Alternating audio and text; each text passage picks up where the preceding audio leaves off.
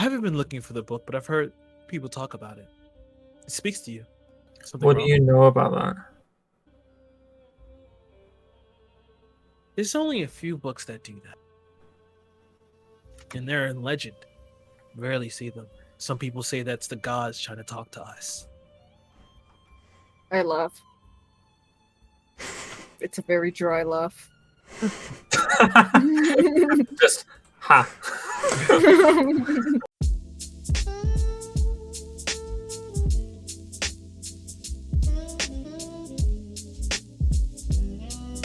Hello, everybody. Welcome to Cassiopeia. I'm sorry that time is just never going to get up because, well, I'm not the one pressing the button.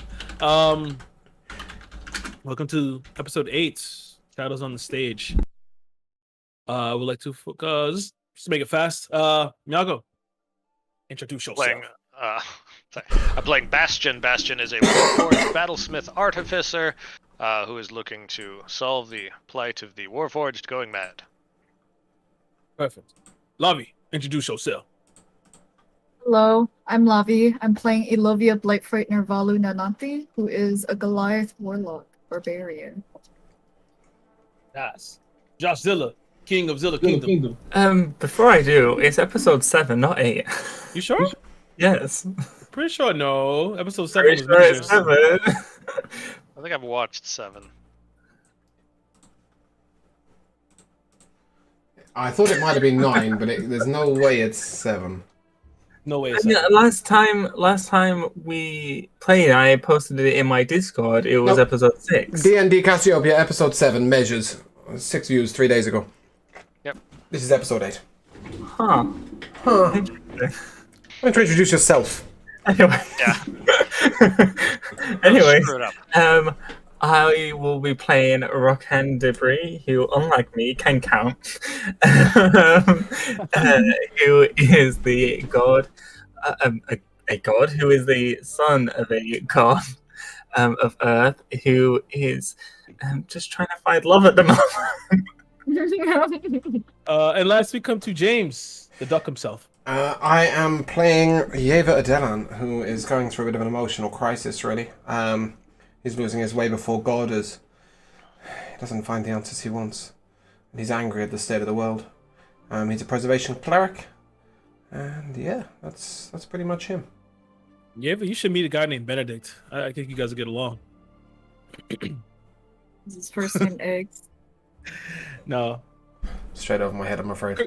Curse of Strahd, Benedict, Joe Jellyfish. Ah, yes. But enough of that. Last episode, I can't say that a lot didn't happen. However, you guys ended up blowing up a house. Well, Yeva ended up blowing up a house with the help of 2 kids. Rakan went on a date with a nice druid named Caden Everburn. The detective team of Bastion and Hilovia started to run down and breathe down the tracks and start sniffing the tracks of the doll maker, trying to understand and catch this heinous criminal.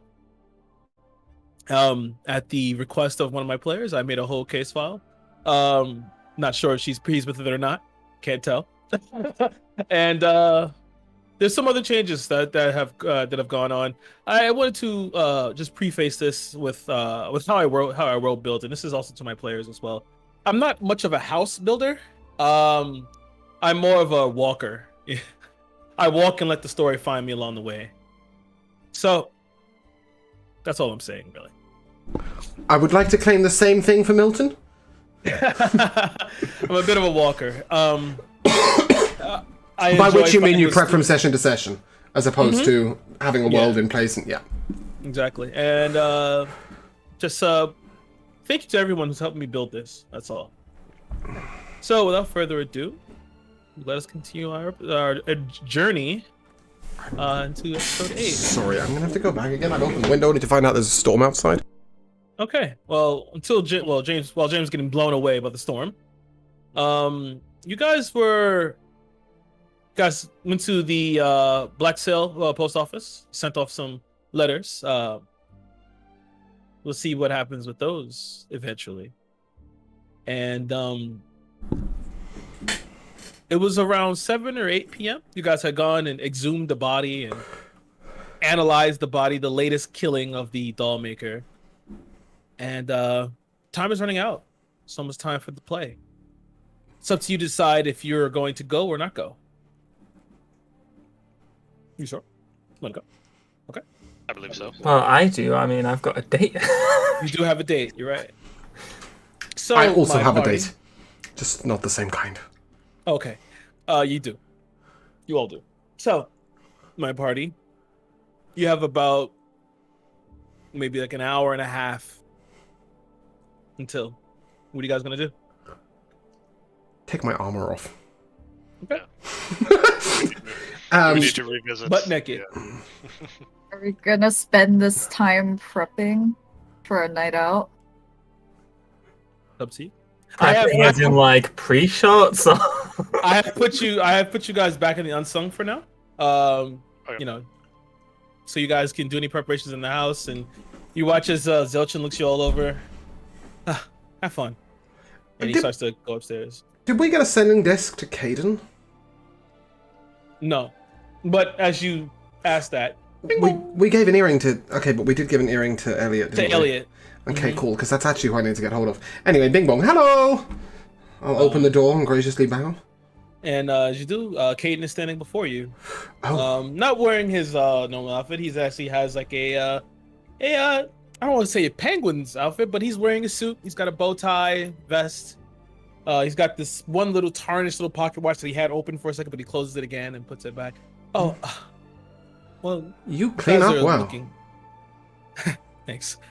Come on in. Here? Of course, yes. Great. Come on in, let's get you a drink in the kitchen. Yeah, I can use one of those. Thanks. And I wonder, just before Rakan comes downstairs, I think he's just getting ready. Can I bend your ear for a moment? Sure. What's up? You know the stories of some of these kids, right? Yeah. Would you mind spending just a minute describing their living conditions for me, and please don't pay attention to the quill? Okay. Well, I believe you've already been to where they live. have. It's a dirty, dingy kind of place. They have makeshift beds that they've kind of like gathered out of trash and things. They've got like some torn mattresses that they've kind of put out there with some dirty blankets and things. So I try and help out as much as I can. So what I can give them, I bring them food and stuff. But usually, they're better survivalists than I am. If you don't feed them, what do they eat? Ogma only knows, really. Could be anything they find in the dumpster. Maybe some scraps. Maybe some people take pity on them. Thank you very much. I'm sure he'll be down in a minute. Sorry to ask such a spontaneous question, but it's fair to say I have slight ulterior motives at this evening out. I have some questions to ask of some people. Yeah, Elliot told me that you guys were looking to build an orphanage, and it's a very noble cause. I told Olovia that I gave everyone my thanks, and just a little token of appreciation. Yeah, I heard. Thank you so much. No problem. It's the big fish that are going to have to contribute if we're going to pull this off. Yeah. And I'll head off and message Elliot. Caden's gonna go ahead and sit down on the couch and just kind of look a little odd. Yeah, just has his hands and kind of just sit there like on his lap. Just he's looking at his cases and stuff. You said you're messaging Elliot, right? Mm-hmm. All right, so you sit there and you focus for a second, and then it like comes through loud and clear. No, that was a nat 1. You're dead. You're dead. Hey, kid. I'm sorry to interrupt your game. I just need to ask you a real quick question. What's up? Yeah. You and the kids around you, what kind of age were you first on the streets? I think we've been out. Well, I've been out around 7. Youngest is. Hey, how old were you when we found you next to that dumpster? 5. 5. Thank you. Have a good night, Yeah, no Elliot. problem. Yeah, good night. Good night. Good night. No, roll again. So you get back. I'd like to imagine that at this moment, Elovia is with Bastion, and Bastion can refute this if he wants. But I'd like to imagine that they're just in the living room, and Elovia's like, "I think I should bring my warhammer. What do you think, Bastion? I think I should bring it." I mean, if you can make it seem enough like a like a An a ador- piece. an- yeah, an that- adornment, right? Yeah. Yeah, I mean, you could, it is a thing of your people. Perhaps it is very traditional, formal dress for your people to go armed. That seems excuse enough for me. I Perhaps was just the thing. expecting Bastion to be like, relax, just leave the Warhammer. Hey, do you, Can happen? Lovey, do you really want to bring it? Yeah, if this were magical, it would make my life 10 times easier, but for now, it's gonna have to just be on my back, out in the open. Give me something. Give me 1 second. 1 second. You see, as he ebbs out through the kitchen, you hear the back door close for a second, then reopen as he comes back in with a small little leaf. He's like, "All right, hold this on your chest." Okay, just gonna hold it on her chest. And he stretches his hand out. You watch as like a soft green glow comes over as the leaf begins to spread and begins to form like other leaves, and it turns into this nice like green like wax leaf dress, and then it kind of wraps around the actual warhammer to kind of make it seem like like the vines kind of drape off of it, and it forms like it looks like an adornment. It's a full green leaf dress that begins to swing on the floor. I don't know if I'm being pretentious or anything, or if you don't like this, I can take it away. It's a little uncomfortable, but if it gets me and my Warhammer in Would and you want seen, then I'm sure it'll be fine. would you want it a bit more airy for you to move around in? How would I take it off? Oh, well, if you want to take it off, simply just crush the leaf that started with. Everything else will. Yeah, turn out. it'll be fine. Okay, no problem. So, Bastion, Yes. I just haven't talked to you much. So what's it like being a warforged? It is. I don't know if that's too I know. forward. I have no other basis for comparison.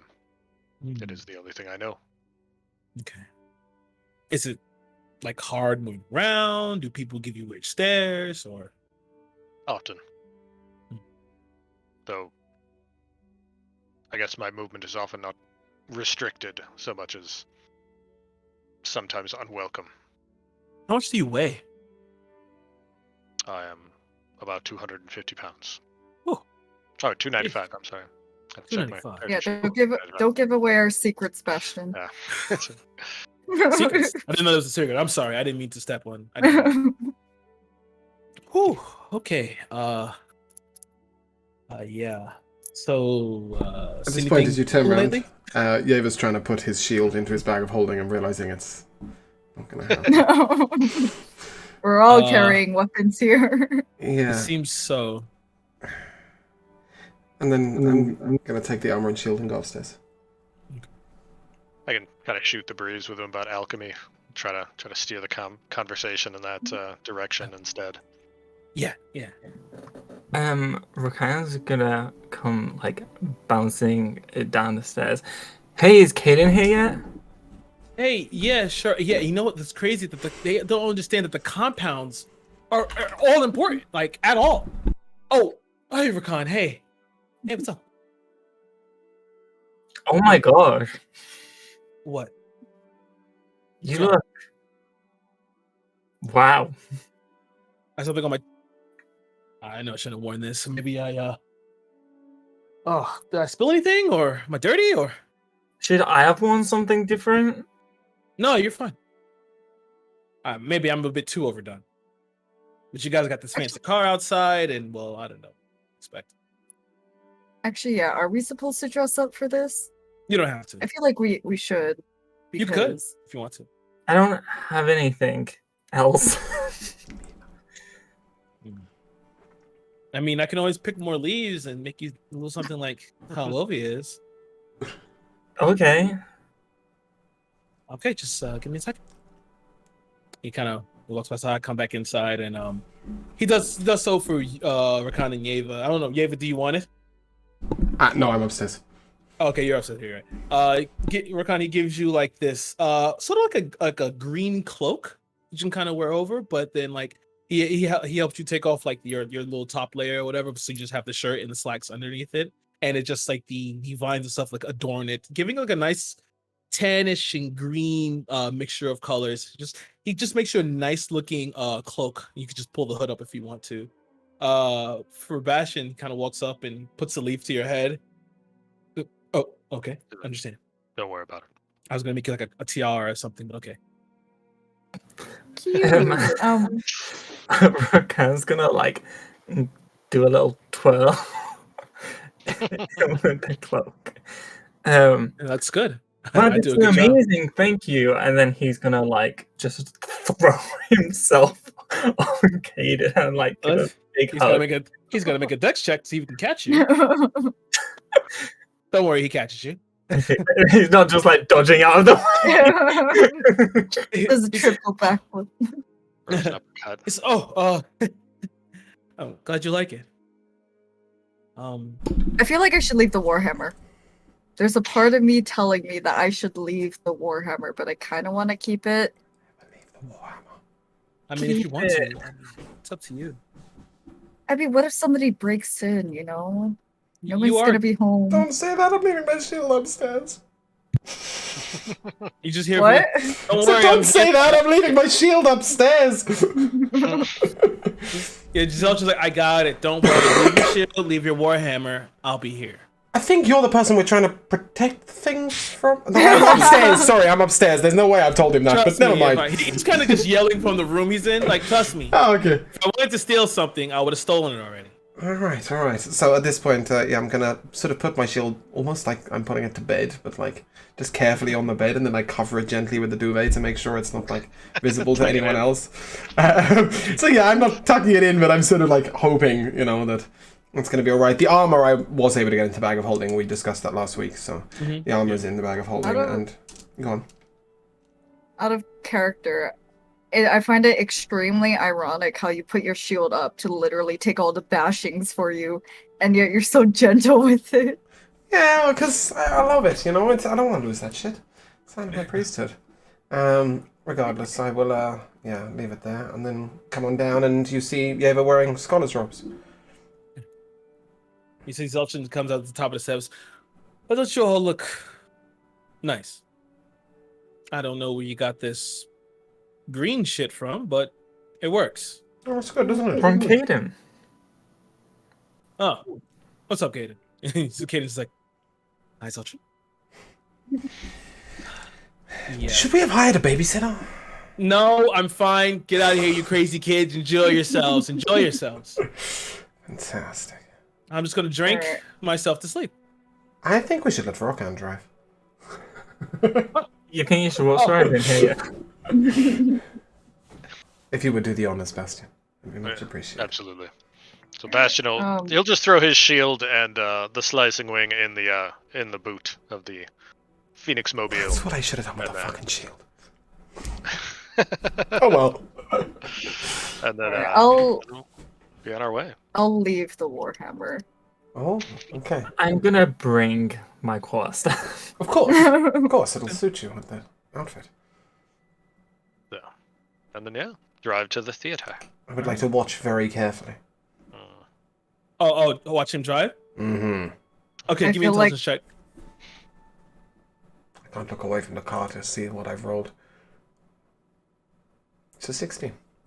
Okay.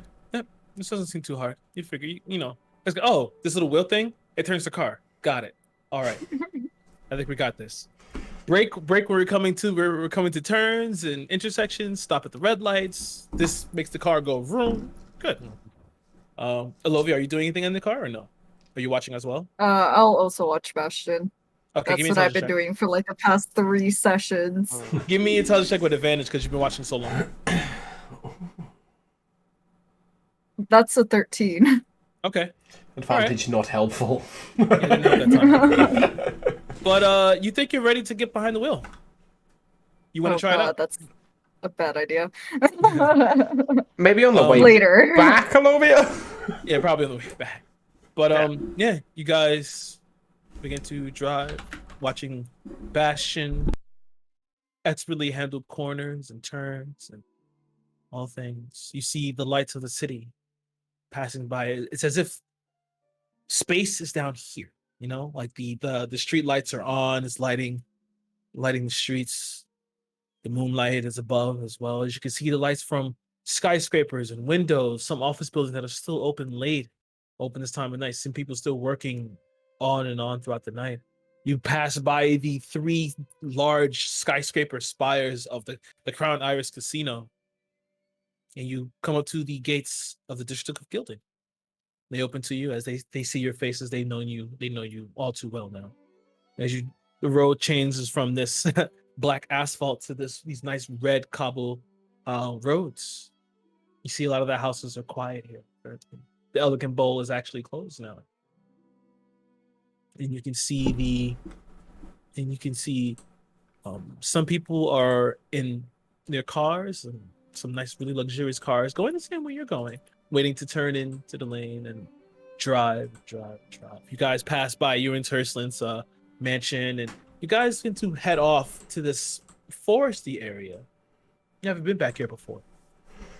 You can hear the chirping of crickets, the fireflies rising from the bushes and in between the trees. They kind of just glow for a minuscule amount of time. And then as you drive through, you can see coming over the trees these bright yellow lights. And you see as the cars begin to finally reach the mouth of this foresty area, and it opens up into this large courtyard. As you can see, this amphitheater that descends a little further into the ground. You look around and you can see that there are these mechanisms placed around the amphitheater itself. You hear a soft rumble of thunder. You see the clouds begin to come in overhead. Another roll of thunder. You park the car. As you wait there, you see the others begin to pull up, and valets come to the other cars, and they finally come to you and say, do you want us to, we have a parking spot, a parking section for cars. Do you want us to take your car? Yes. Okay, please. Bastion. Get out, hand him the keys. All right, Bastion over gets out of the car, raises up again, and you hand him the keys. As he hands you this small little ticket. As you look at it, you see as you kind of like move it slightly, you see it kind of like shimmers. And then you watch as he walks into the car and puts he slides his finger across the hood, and you see the hood of the car shimmer slightly, and then both the ticket and the car shimmer simultaneously. He looks at you, studying him. Don't worry, this is just for when you go to find your car. You'll know exactly where it is. I appreciate it. Hey.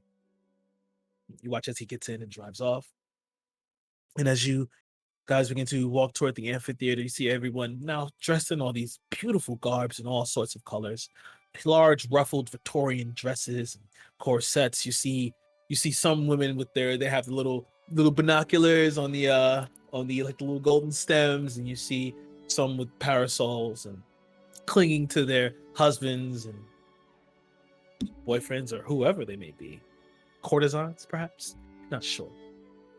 And then you hear, "Oh, so you all decided to make it." As you can, you see Nicholas Gray walking over to you. With him, Maximilian is with him. Immediately as Maximilian sees Alovia, he just runs over and wraps his arms around your leg. And kind of just looks up to you. Long time no see. Yeah. Hey, kid. How's it going? It's been great. I have my father, he's letting me start to train, actually. Oh, wow. I kind of just begged him over and over again, but, I told him, hey, I almost drowned, and I'm not dead. And well, that was kind of all that he needed, really.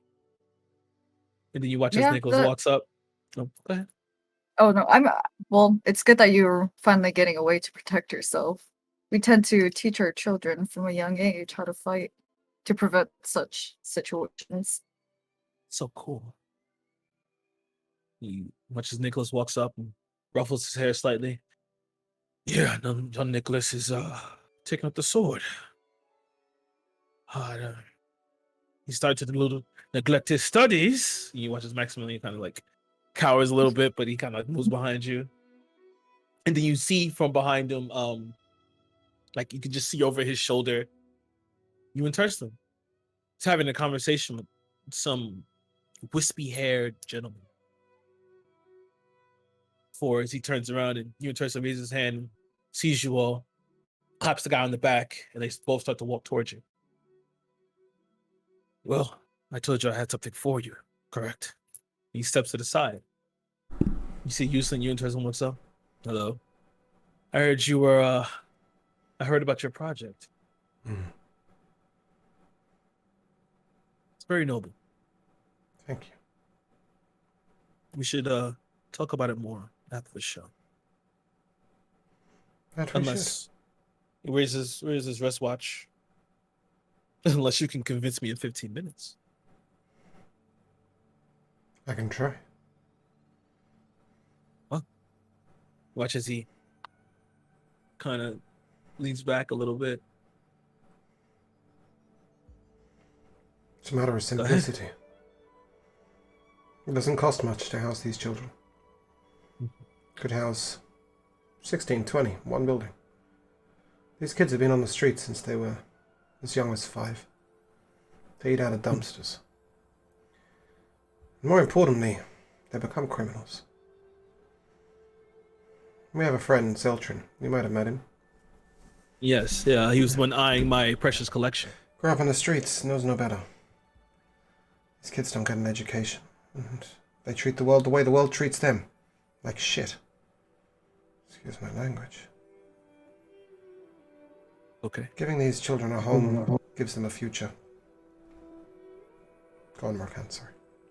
Didn't mean to cut you off. You didn't cut me off. More importantly, why hasn't something been done before us asking for it? I'll admit, I've been a bit negligent. My day-to-day and worrying about the entirety of the world has kind of filled my docket, and I'm sorry. But Don't apologize to me. Apologize to the children who are on the streets who have nothing to eat and no place to go and no roof over their head. okay, Rakan. Okay. That is all I will say to you. Okay. Like as Rakan was doing that, you see Nicholas looking at him like You know, he might not have diplomacy down, but he's right. And we're not asking a lot, Yon, if I might call you that, Mr. Tisson. We're willing to run it, manage it, set it up, hire employees, look after the kids, find the kids, bring them in, the whole lot. And we just need the building. I had a word with Viviana shortly before her unfortunate fall into a coma. She mentioned some buildings that were currently out of use due to crime scenes, etc. Critical issues.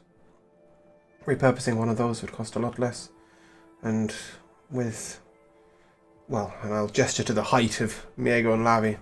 Miego and Lavi, Bastian and Delovia, and then I'll gesture to Rokan and say, and with his special abilities, and I have a few of my own. It won't take us long to repurpose a building.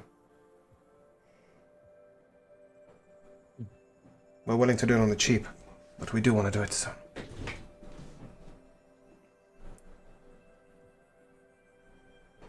give me a persuasion check with advantage.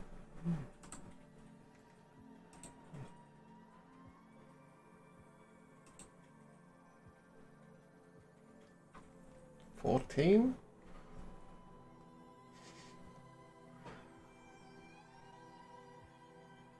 Roll a persuasion check to get the DM to accept that. Where did my guidance go? What did I do with guidance? God damn it! Is he looking doubtful? He hears you, but he's also thinking about money, time, things like that. No time. Well, and I'll say that to him. Don't think about the time. It's a one-off expenditure. And in the future, when elections come and go, you know, people want to be persuaded to your ways, it might not be moral, but it certainly won't hurt your moral standing and your standing with the citizens. Mr. Tiff. Be the first to do something right. Be the one they pay attention to. I'll even make sure they vote for you. He don't really care about that, but Oh, is his position not voted? It's voted, but he's a pretty straight shooter. Give me one persuasion check. Okay, and this time I will remember that I have the spell guidance and that I'm a Yeah, go cleric. ahead and guide yourself. If it's a straight roll, that's a 5. If it was still with advantage, that's a 5. Plus a 4. Yeah, it ain't going nowhere. You know what? If you can bring me some numbers and maybe look for a building. I don't think that you should be looking for any of these criminal derelict buildings. You know, you want to get these kids out of this situation. You don't want them to be reminded of another place. And besides, I wouldn't want those kids around the criminal activity. Viviana mentioned a couple of more upscale buildings where there had been some issues. They weren't necessarily derelict. They were just currently not available for purchase.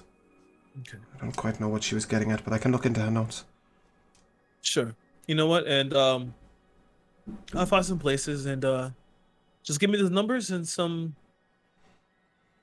and just maybe just give me the numbers, and we'll have another talk. Okay. Of course, thank you. And one more thing. I'm assuming Nicholas told you about the more important issue. Well, that is slightly more important to you. The attack on Violet.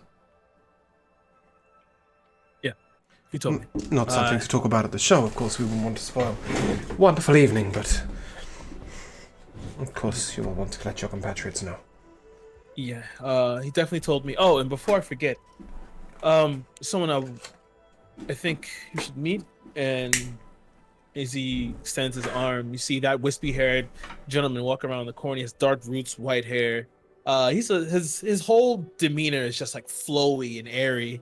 He's not wearing anything special. He's wearing like this really loose fitting like cotton, like silk. Sorry, it's like a silk shirt and black pants and black shoes, and like he has like this small little his small golden gold like necklace that has an eye with a burning flame above it. And yeah, this is Mr. Lawrence, Hayden Lawrence. And watch as he walks up. Is this them? I heard Nicholas told me you have something for me to look at. We do. No, it's not really the place. Perhaps a quiet corner. Okay, sure, we can do that. Do you want to wait till after the show or now? Mr. Lawrence, I can't keep my curiosity out of my mouth. You're an author, correct? Yeah, I am. We've been on the hunt for a particular copy of one of your books. The Quiver in the Twilight. Yes. Not me specifically, more my comrade here. Not gesture towards Rokan. You found it. He did. Come on. I was sort of introducing you in. I did.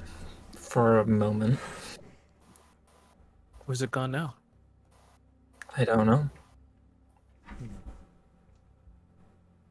You know that book? I wasn't myself when I wrote that book. It was like I was filled with some sort of power. I heard a voice and it kind of just spurred me to write over and over again. Well, I kind of blinked. By the time I was done, that book was there. Then one day it was gone. You only wrote the one copy? Yeah, I only wrote the one. You know, I haven't been looking for the book, but I've heard people talk about it. It speaks to you. It speaks to people, apparently. Something What wrong? do you know about that? There's only a few books that do that. And they're in legend. Rarely see them. Some people say that's the gods trying to talk to us. I laugh. It's a very dry laugh. Just ha. I Yeah, didn't know I said something so funny. Okay. Maybe you're I hilarious. maybe in my next venture. Maybe next venture I'll be a comedian. What um was there a reason there was a gem on the front of the book? Oh, the Celestine. You know what? I don't even remember binding that book. But Celestines are crystals known for healing. They're close to godhood, apparently.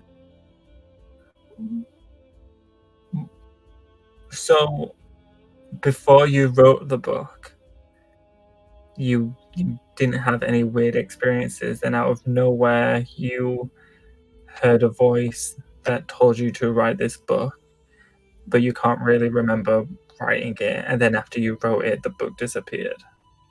Give me a persuasion check. I mean, that's a question. I know, it's like this is a persuasion for something else. Because he's also thinking and talking at the same time. Oh, it's a 7. It's a 7. Yeah. He ain't answering my question, is it?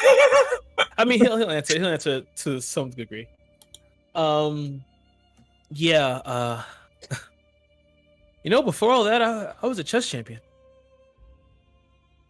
I played a lot. I do remember one day, I just lost the feeling for it, and I decided not to play anymore. I think that's called depression.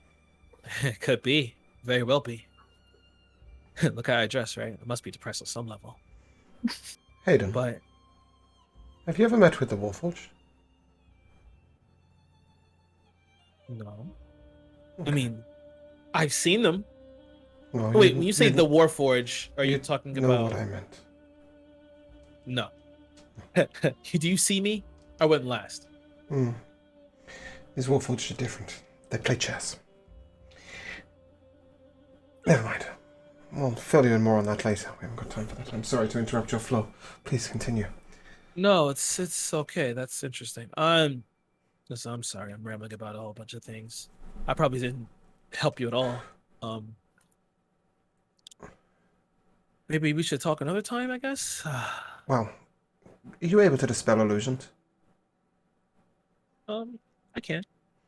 Yeah, and I'll gesture to, and as I'll pull out from the bag of holding the lead casing with the illusion inside it.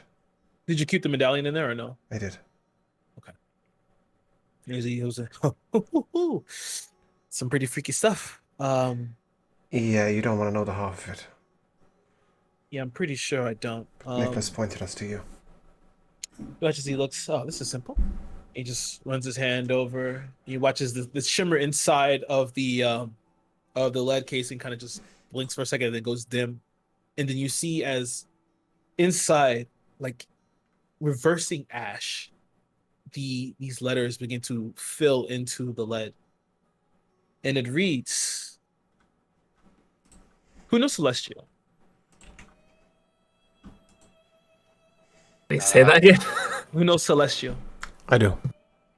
Okay. It says the Forgotten Ones walk among us. Sorry, I missed the sentence. What was that? The Forgotten Ones walk among us.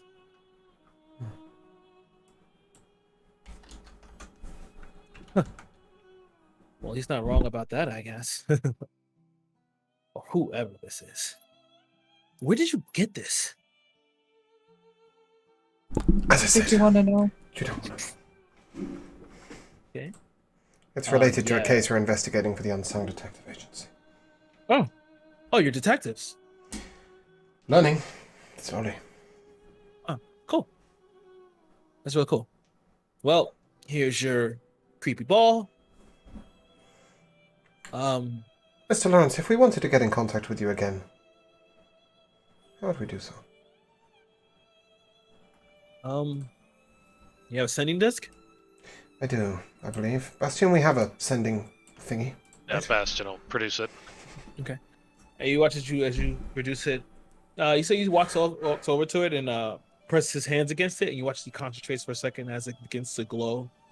And you hear a ding chime. Can I work out what he's just done? Sure. Give me an Arcana check.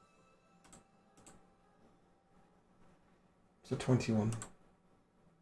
You see that he used some of his own magic to leave a signature. So, So no like an specific autograph. spell, just the ability to cast magic. Here you go. Thank you. So now you can contact me with that if you want to. Thanks. Appreciate All it. right. You watch as he turns around. Where the hell did Tearson go? Oh, well. Oh, she's kind of hot. I'll catch you guys later. And he starts walking off toward this random woman. Mm. Well, we better You find our know, seats. I Sorry, always- Barnaby. I always thought authors were supposed to be very dry and boring with no game. And a chess author at that. Yeah. You know, I've only met one other author, and he kind of fits that description perfectly. Thank you. We better find our seats. So as you guys all begin to walk further down, you see Maximilian like comes with you guys and says, "Oh, I don't think my dad told you. You guys have special seats." Cool. Excellent. Caden's like, he leans over to Rakan. That is Maximilian Tierson. Saved his life. Yeah.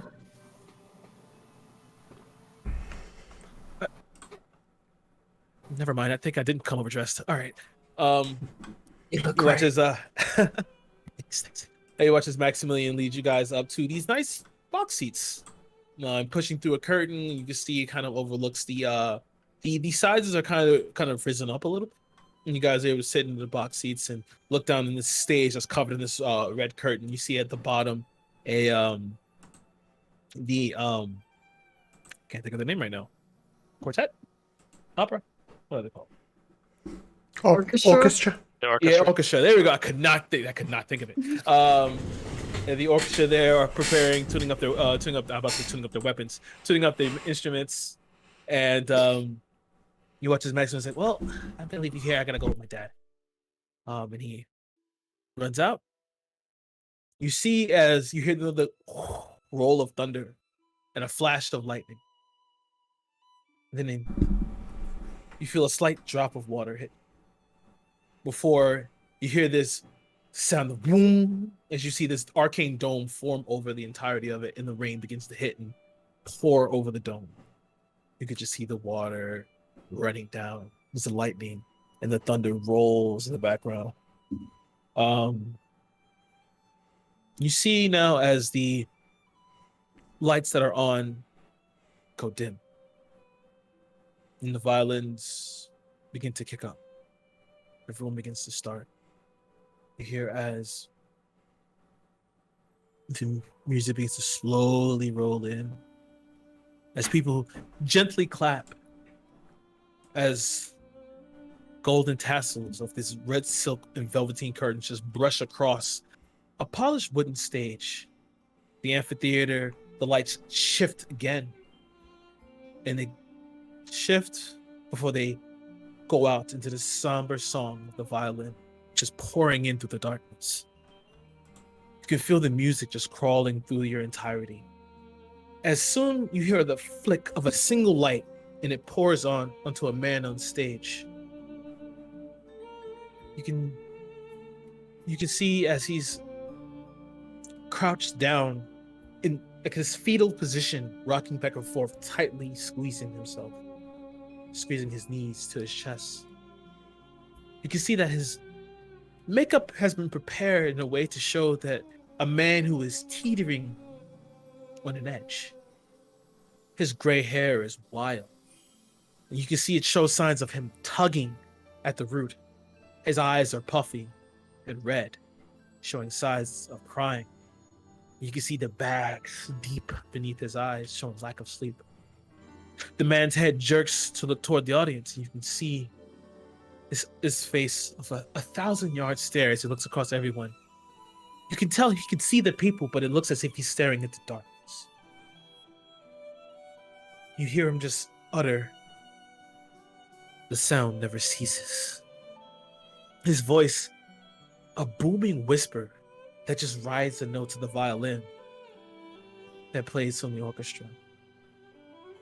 The notes of the violin pipes up as the man turns behind him, and you can see in this blackness behind him from the stage, an arcane shimmer that ripples across in the darkness. His fingers tremble as they grip his hair, and you can see as the images begin to pass over this arcane screen. You can see flashes of a body floating upriver. Another of gnarled hands around the throat of a woman. And you can see the face of a man torn asunder. You can hear him cry loudly as he curls up into a tighter ball than he once was. And from behind the curtain, you see these two shadow figures walk up and step up to him. And then they stand next to him. They never touch. They stand behind him as if to console him. One leans down and puts their face next to his ear. You see he turns. But as he turns, you see the shadow figure disappears into a wisp. You see the play then begins to shift again as they disappear. It shatters into sparks, and then it reconstitutes into a night sky as that arcane screen shifts once more. You can see it shows an image of him in bed next to a woman who's tucked in next to him tightly. As he's laying in bed, you see the bed is pushed in by two robed figures. And in his current state, you look at him, he seems younger, seems more awake, more spry, not as ailed. The violins play as the cello pipes up into this low droning tone, as it switches to a more measured timing. Can you guys give me some insight checks, please?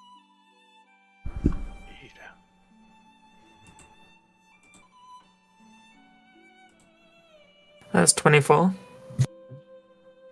21. 14. Okay. As you watch the play in Rakan, you're able to understand that these shadowed figures, these robed figures, demons or some sort of spirits, and the change in tone of the music indicates time ticking. It's just droning on as he's unable to sleep. You see, as the play begins to show their days running by as he begins to ostracize himself from everyone. You watch as he looks to his wife, and even there's scenes where him and his wife are talking, arguing, but you see his slow descent into madness. His face becomes more wrinkled. His hair becomes more wild. But all the entire time, you see more and more of these robed shadow figures as a shadow casts behind him. They stay close, but yet they never touch him. They move in his same mannerisms, his same directions. You watch as the stage seamlessly shifts from set to set. And he begins to recede steadily as he takes on this state. You watch as the music begins to turn from this monotonous tone to this larger crescendo, as you see he's close to what he once was. He comes home, wraps his hands around his wife's throat, chokes her. You can see that these shadow figures are now almost incountable as they surround him. You watch as he drags his child to the creek. And then a flash, and you see the body floating up there. You see the lights flick off again to darkness before it comes back up. And in the center, he sits, surrounded by shadowy figures. You hear a sudden shatter of glass. The lights go off and come back, and you see in his hands, covered in blood, is a shard of glass. He looks over as the violin strums rapidly. And for the first time, as he holds the shard up to his neck, you see happiness. His smile's so bright and so wide, despite his face so haggard. He only utters a single sentence. Finally, I can no longer hear her speaking to me. His arms tear across as the curtains close. Rakan stands up. And with a flourish of the violin, the play comes to an end in a rain of applause. You see people standing. And as you stand up, Rakan, Caden, hey, you okay? What's wrong? What is that man okay? Huh? Oh yeah, he's fine. He's acting. That's very disturbing. Yeah, what the fuck did I just watch? Well. And then I'm gonna sit back down. Yeah, I'm sorry. I didn't know you guys were going to see Lucid Dreams. Yeah, it's about a man's descent into madness. He had blood on his hands. He did. Did he actually hurt himself?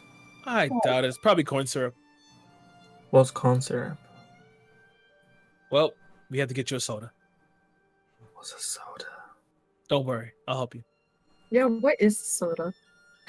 Oh, you don't know it either? Don't worry, I got you. Ye old soda. Soda. From ye old soda fountain.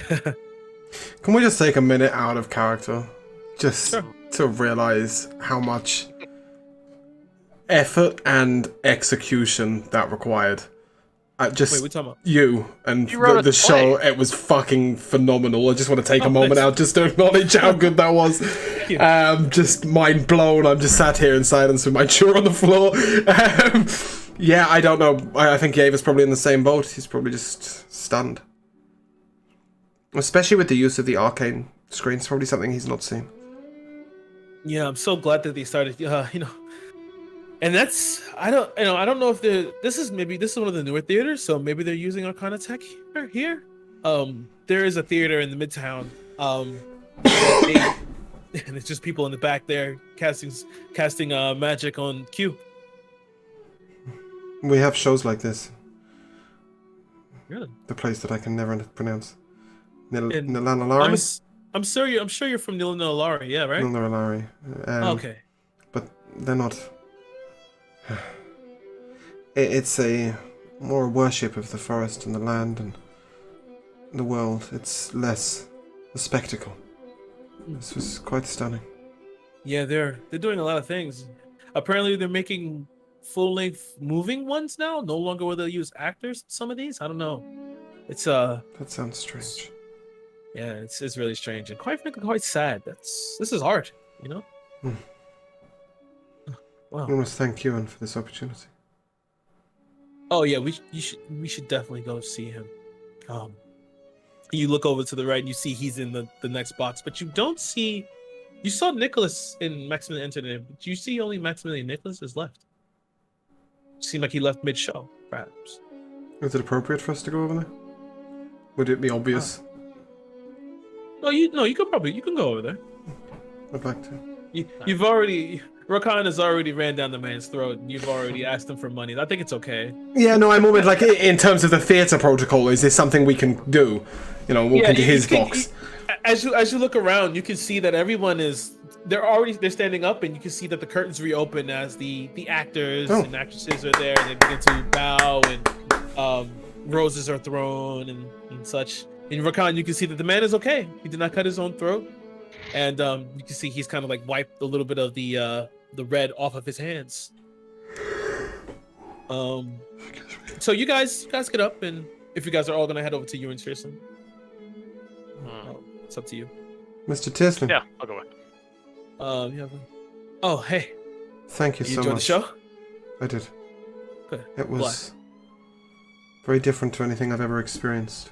The way it's put together. It's not something we have back home. Do you know if they use Arcana Tech to do that?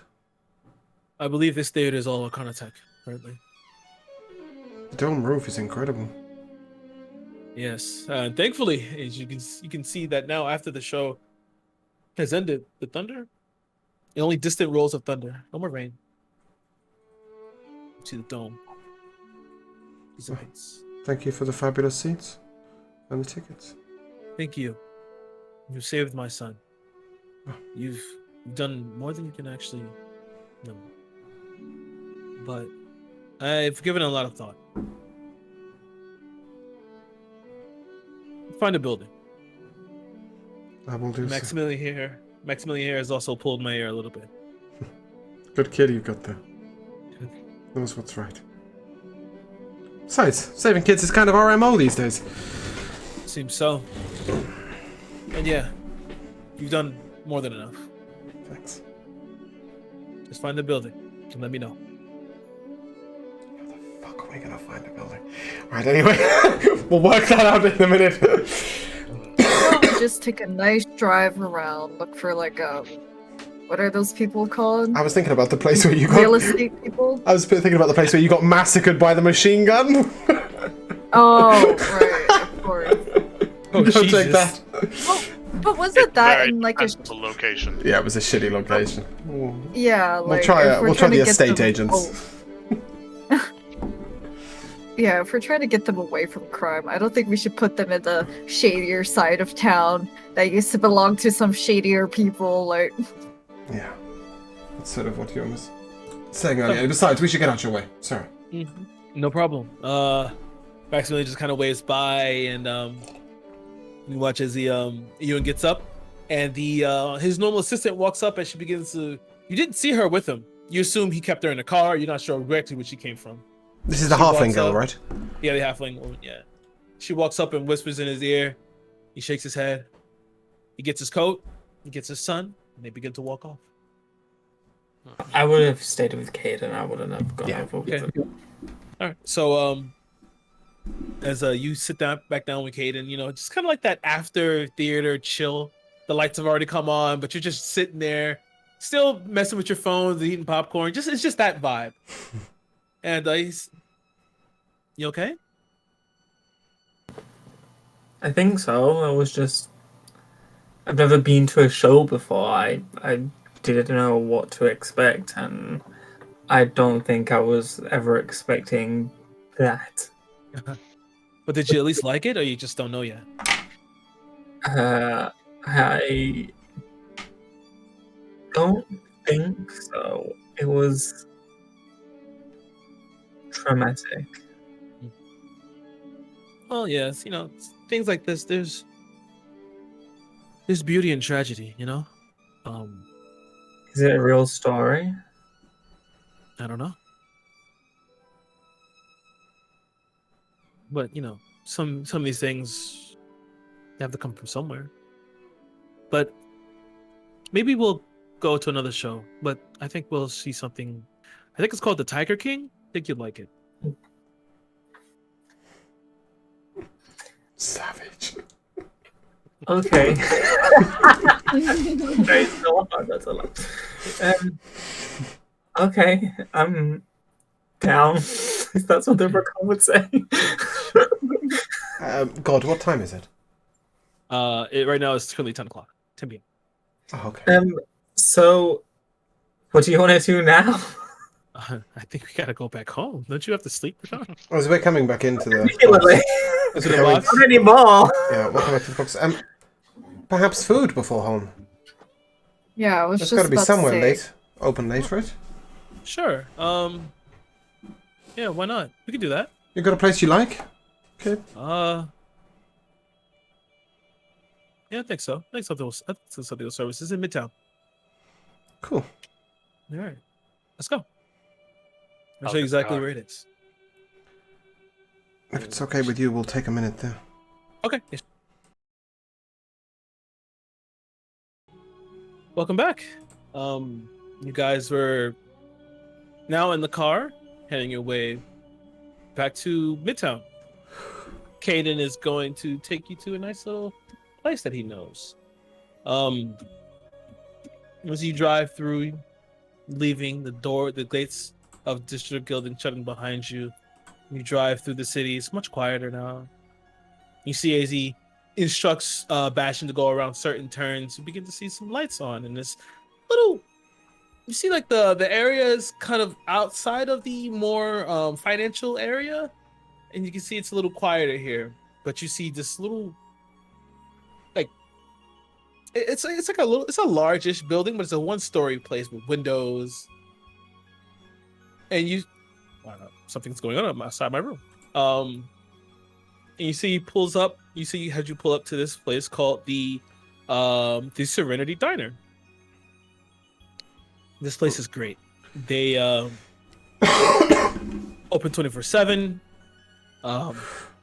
Yeah, and some of the greatest burgers I've ever had. Sounds interesting. Burgers. Yep, ye old burgers. Let's hope they've got the old veggie burgers. I'm pretty sure they have something. They can do something. And they have salads. You want salads? Salad is great. Great. Cool.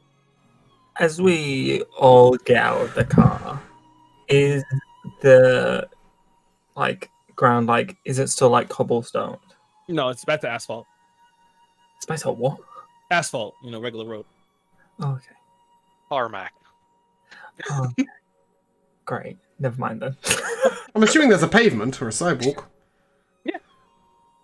What's the sidewalk made out of? It's quite important to Rokan.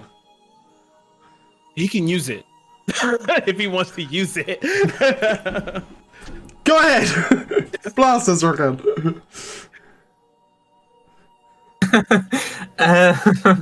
He's gonna turn to everyone and be like, "Hey, do you guys want to see something really cool?" You see Caden sure.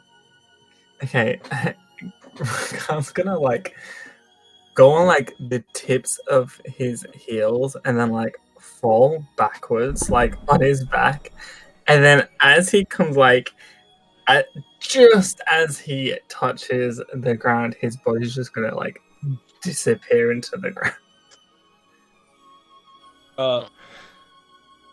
Was that supposed to happen? He does That's that cool. Sometimes. And then his body's gonna pop up, but he's still laid on his back. And he's just gonna deal. He's gonna. You see, Caden kind of goes over and extends his hand. Need help?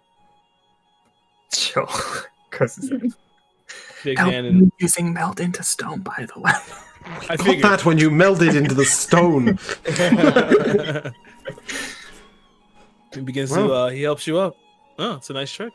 Your power grows, Rokan. More and more surprises every day. Crow's kind of the wrong word, but sure. What? Then what would you call it? I would call it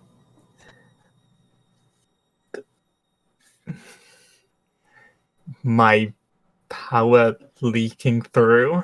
Yeah, maybe I more meant your understanding of how to use your given powers on this plane. Sure. This plane? Ah. I thought Caden knew.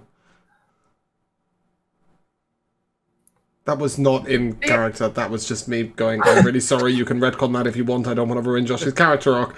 It's fine. Okay, you carry on. They've only had one date. Come on, man. No, I thought he knew because of Elliot. Leah doesn't know, does he? Elliot knows, but he doesn't believe you really. I've lost track Yeah. of who knows and who doesn't. Elliot was the one walking around going, he must be fucking mad, man. Says he's a son of God, right? So that's why I thought. Oh, bagel. Yeah, that's kind of how Elliot views it. He's like, yeah, God, okay. He'd believe it for a second. He's like, okay. We can get you bagels. Let's go. I don't really want bagels. I'm just trying to change the subject. Okay. What do they mean by different plane? Split planes? What are you talking about? Rokan's gonna turn to Caden. Okay. I'll tell you, but I don't want you to see me differently. Okay. You have a third foot or something I don't know about? No. Okay. I'm a god. Okay, Rakan. All right, evidently you're hungry, so we should just go ahead and cook some food or something. Give me a persuasion check.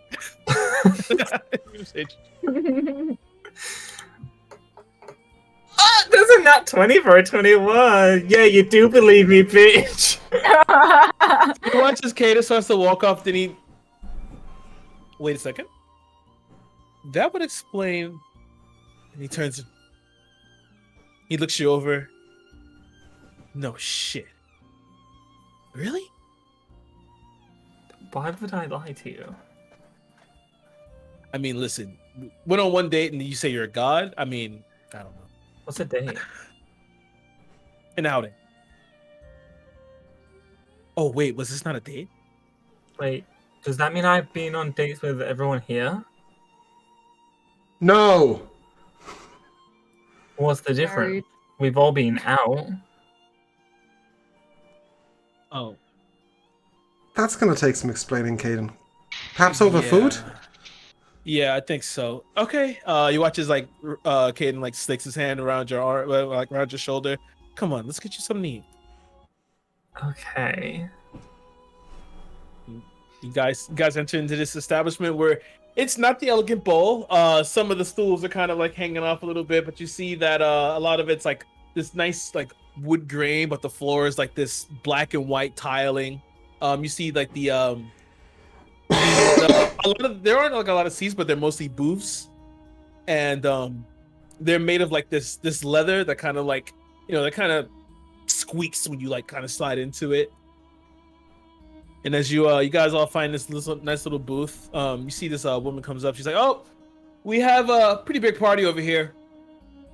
And you watch as she comes up as you begin to get let into. As you guys are going to walk in, she pushes the two chairs, two tables together. There's not many people here. You clock about maybe 3 or 4 other people that are in here. And watch she comes over with this apron tied tightly. She's got these white shoes on, and her hair is up in a bun, but it's like nice and flouncy. You see her pointed ears. She's a half-elf woman, and you see she has like a lip ring and earrings going up the entire like extent length of her ears. Oh well. Good evening. What are you guys having? Oh, well, actually, I should probably give you guys the menu. Sorry, it's been a long day. She reaches in and slides out. Huh? Caden, did you want to order for us? Sure. I don't mind. One vegetarian something, though, please. Sounds Yeah, so yeah, he'll have a salad. Okay. Yeah, he'll have a salad. I'm doing a burger. Yeah, warthog bacon, please. Cooked medium. Thanks. Bastion, what do you have? I do not require biological sustenance. You're right. I'm sorry. That was insensitive of me. Do you want some sort of alcohol or something, or? If they have an Amaro. You got that? Yeah, I think so. Kid looks still over you. What do you want to have? They have steak, they have burgers, they have all types of stuff. Roasted chicken. I'll try this thing you call a burger. Great. Yes, it's delicious. I never thought that taking meat, wadding it up, and then cooking it will just be so amazing, but it is. Yeah, apparently it comes back what? Oh, and back in my hometown, we just slam it on the stove, wait for it to cook. It's like the entire piece. And you know what? There's something so beautiful about the simplicity of that. But you really should try this. Okay. Um, so she'll have a burger. Assuming that you don't. How do you want it cooked? Do you want it bloody? Do you want it not bloody? Medium well done. Okay, medium well done. All right. She looks at you. Okay. And Rakan, what do you want? I'll have whatever you're having. Well, he's getting the Warhol bacon burger. Yeah, do it up. And some sodas, I believe. Yeah, you guys got any sodas? She looks. Yeah. They're gonna be expensive. They're not a lot. Don't worry, I have it. And she walks in the back. You can hear her in the back putting the orders in, as you can hear like this pop and hiss of a grill in the back. You can smell the meat cooking, and I guess Yeva can smell his vegetables tossed. Tossing my salad from that far away? Oh, why do that? As well, waiting for the food and drinks, Rakan's gonna kind of turn to everyone. So, what's a date? Oh, Yeah, on a calendar. When a mommy and a daddy love each other very much. No, in all seriousness, sometimes you find romantic interest in somebody. Take me and my husband, for example. Before he became my husband, we're just two individuals. We liked each other, went on dates, which is, like an outing to get to know each other, to spend time to each other, to make sure that you really like each other. Eventually you start dating, which is the next stage where, you start doing romantic things to each other. And then if you like each other a lot, maybe you'll get married, where two people spend their lives together for the rest of their days. as you're talking, the lady comes back and drops off water. Katie immediately takes it up. Romantic things? Yeah. Holding When hands. biologicals share kissing. moisture. Can I have another, please? Rakan's just gonna bright red blushing. Usually the moist parts of one mashed up against the moist parts of another. Bastion, please. It's sticky and weird. Oh, Bastion. Okay, it was completely accurate in multiple aspects up until you said sticky. Is that what we were meant to do? And you just watch you fucking the water kind of shoots up out of the glass. It's damn it! I got all over. He takes off his coat and swings over the back of the chair. Whew. Where is our food? Well, Rakan, to answer your question, it just depends on how comfortable you are. How comfortable you are and how comfortable the other person is. I mean, I wasn't planning on doing anything on the fair. I just thought it'd be nice to talk to you. Hey, Caden. You're an alchemist, right? Yeah. When I was in your shop, we were waiting for you and we didn't see you. I saw some very unusual plants. Ah. Yeah. Are these something you've made yourself, or are they plants of the old They god? I made them myself. You can grow them, right? Mm-hmm. I'll reach into my extension pouch, but I haven't got the canesthesia plant. I've left it with Viviana, but I have got something else that's just a lesser known plant. What about reproducing a plant? Helping it pollinate and seed quicker. Well, it'll take me a while, but I'm sure I could do it. There hasn't been a plant that I haven't been able to actually just fully understand. I There's kind a of speak plant- their language, you know? There's a plant that's very special to me. It is the last of its kind in the world. From over 150 years ago. Really? I've been trying to convince it to reseed, but I don't really understand plants in the same way. I merely like to watch things grow. Can I see this plant? It's with Viviana. Hmm. But I'll show it to you when I can. That'd be amazing. I would love to see it. And let's see if we can't help it grow. It's got some magical properties too. Can be Oh, incredibly really? calming on the emotions. Even to the point of dulling them. Oh. I can see Really? uses for it in places of antagonism. That's actually really good. I mean, yeah, if you ever want to come back by the shop and study the plants that I have, sure. I'd love to. Great. I like that. One slick topic change. Executed. Yeah. Plant back in bag. I'm going to. All right. He looks at you for the 15 insight check. He just. And as you sit there, the lady comes back with all the food. She's like, okay, here you go. Salad for you, sir. And she has some nice dressing and things on it. It's been, nice vinaigrette. The burgers come out. The Amaro is slid over to you, Bastion. And the burgers come down. You can see now the buns are golden. You see they've been brushed with butter and then toasted on the inside with these beautiful crisp lettuce and and these crisp onions. You can see that you can smell the inside, like the juices are kind of slowly running over. The bacon is slapped over. It's nice, perfect red, crispy. And you can see the gauntlets. And you see his Caden's like, oh yes. He like puts his hand down and cuts through it. And he splits it open, and he looks at the pink center. Oh, I know that I love plants, but I'm a fucking carnivore. And he, starts to eat.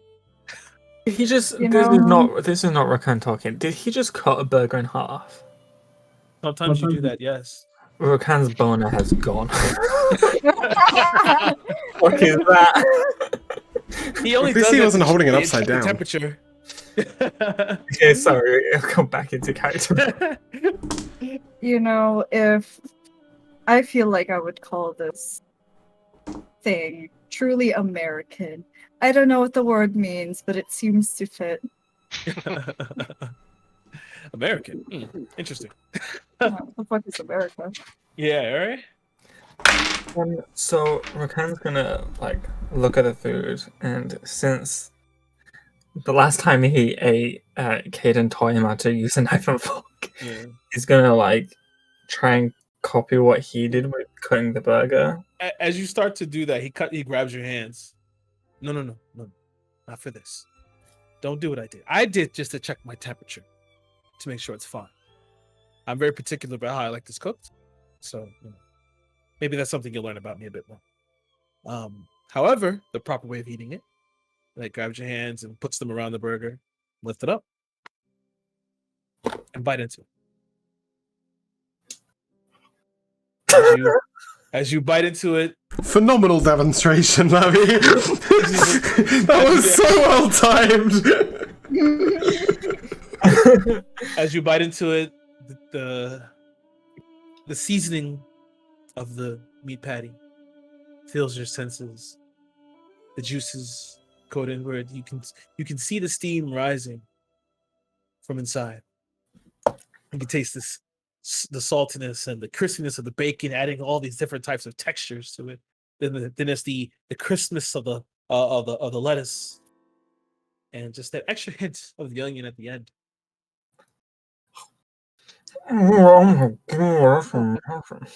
Right.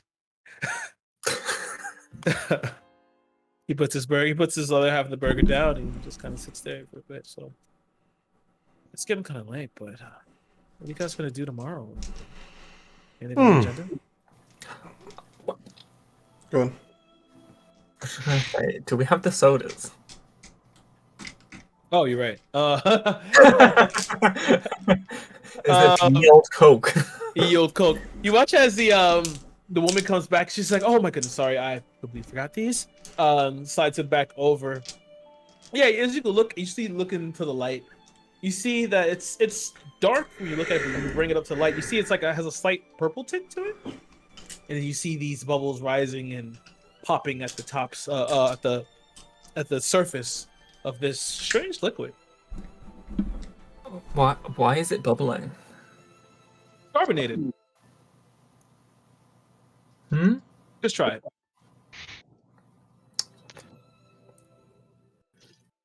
As you drink it down, you feel as it begins to like kick in your throat, and begin to feel like a slight little pop, and then it hits your stomach.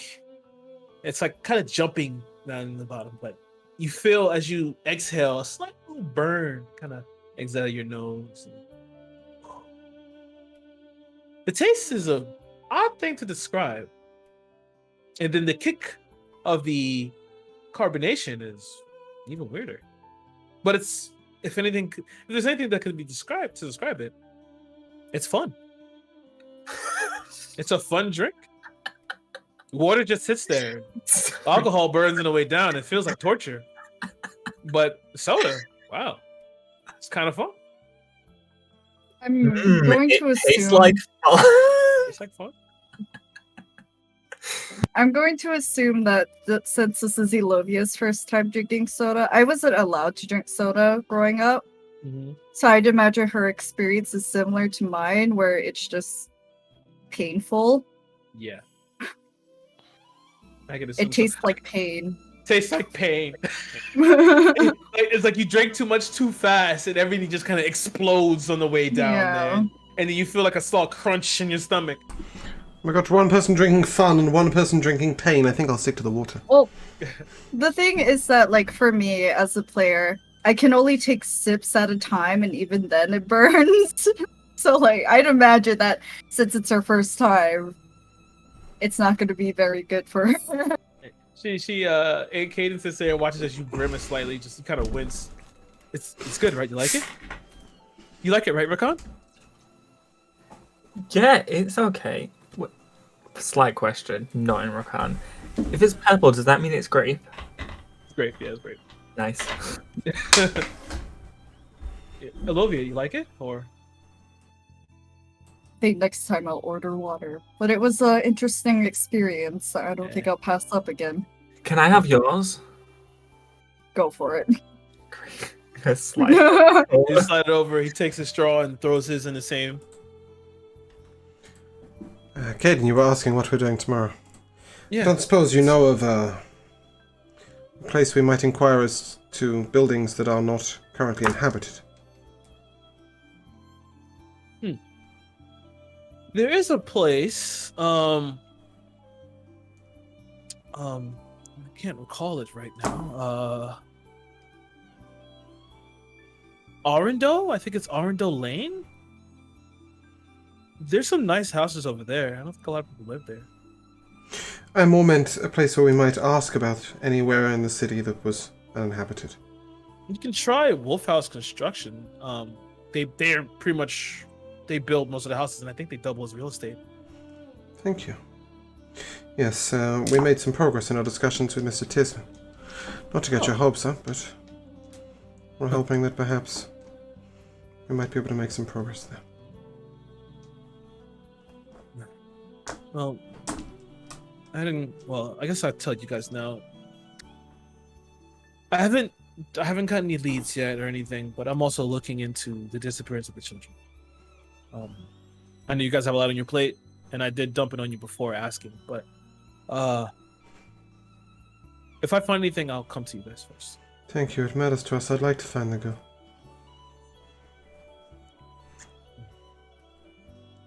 So, as everyone finishes their food and everyone orders their water to drink down the pain, and you drink down your Amaro, Caden pays. Oh, thank you. Very kind of you. No, it's thank you, guys. Took me out to a nice show, and well, it was fun. Bastian, on the way home, do you think you could drop me at the hospital? Easily.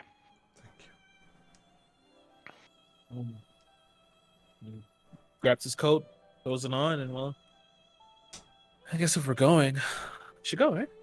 You going back to the hospital? Yeah. We can easily drop you off as well. Thanks. Let's see. That's a point, actually. How did he get to the Unsung Detective Agency? He walked there. Flies. He's a very traveled person. I haven't He'll got my walk head around anywhere. this. I haven't got my head around the distances yet. It is city. okay. He walked there. Is it Truthfully, walkable to get from the city to the Unsung Detective Agency? From the hospital, sorry, to the Unsung Detective Agency? You're a little further than he is. The Lohang is closer. Unsung is closer to the Lohang than it is to the hospital. Okay. You could walk if you want to. It'll be a nice little night stroll. I was more wondering how I'm going to get back. Got to Oh. stop with these terror cars that I'm obsessed with. Mm-hmm. But you guys all get back in the car. You drive Yeva off to the hospital. Drop him off. You say your goodnight.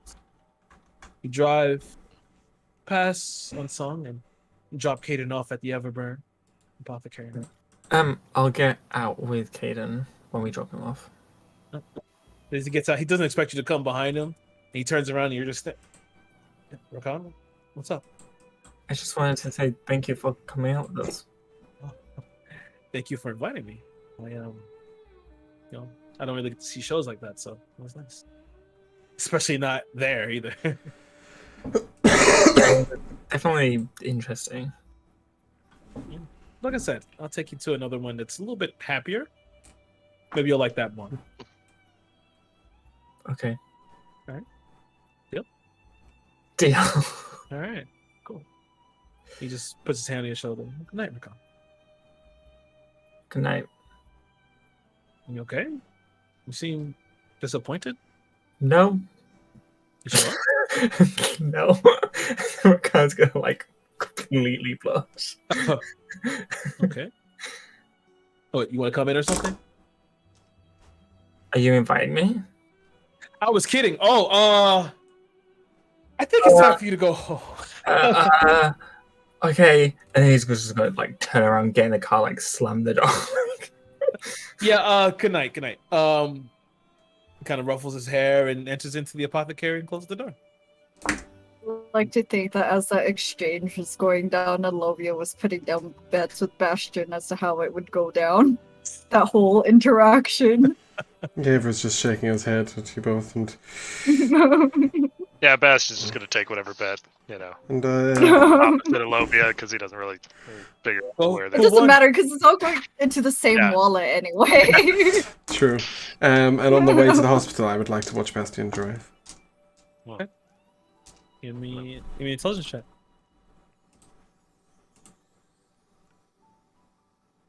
Not very intelligent today. The show was tiring. 12. It's a little bit more difficult than you thought. You're a man who's lived over 1,000+ years. 1.6 plus years. But this damn car confounds you. I'll get there. Why does it go vroom? Are you watching too, Olivia? Yeah. All right, intelligence check. Advantage. Oh god. Oh, that's 21. Okay. What's First out? one. Okay. You are pretty much ready to drive. You just need to practice behind the wheel a bit, but you got the idea. Alright, cool. You would no longer benefit from it watching him drive anymore. You got to get behind the wheel now. Okay. You drive and you bring Yeva in front of the hospital. Mm-hmm. All right.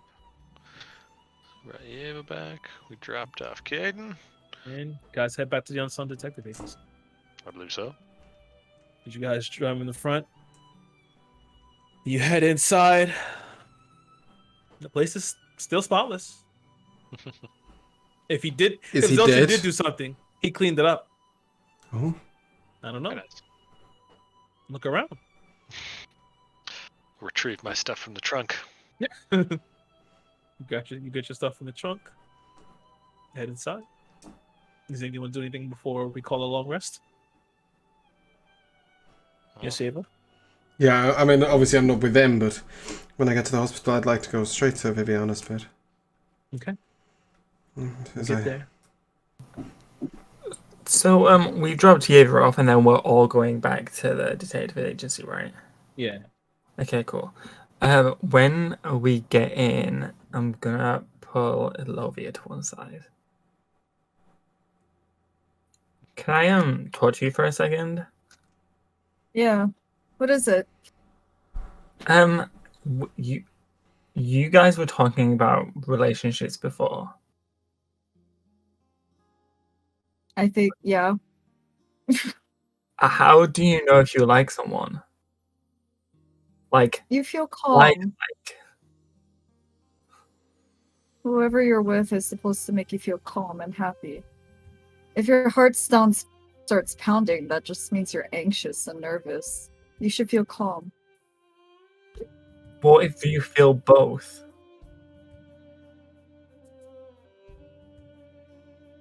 I don't know.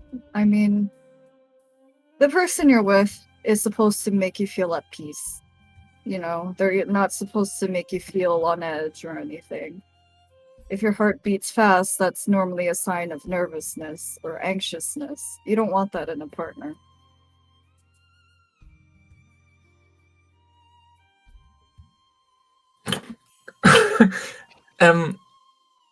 But what if it's like, what if your heart's beating fast because you're nervous and excited and you just don't want it to go badly? I think with the right person, you shouldn't have to worry about that. They'll like you for who you are, no matter what mishaps may happen along the way. Next time you meet him, try to relax. You don't need to worry about, what if things go wrong. Just let it happen. Okay. Thank you. Yeah, I mean, I'm married. Well, actually, I don't know if I'm still married.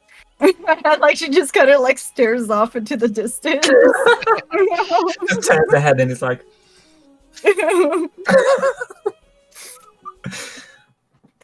Yeah, but you want to do something?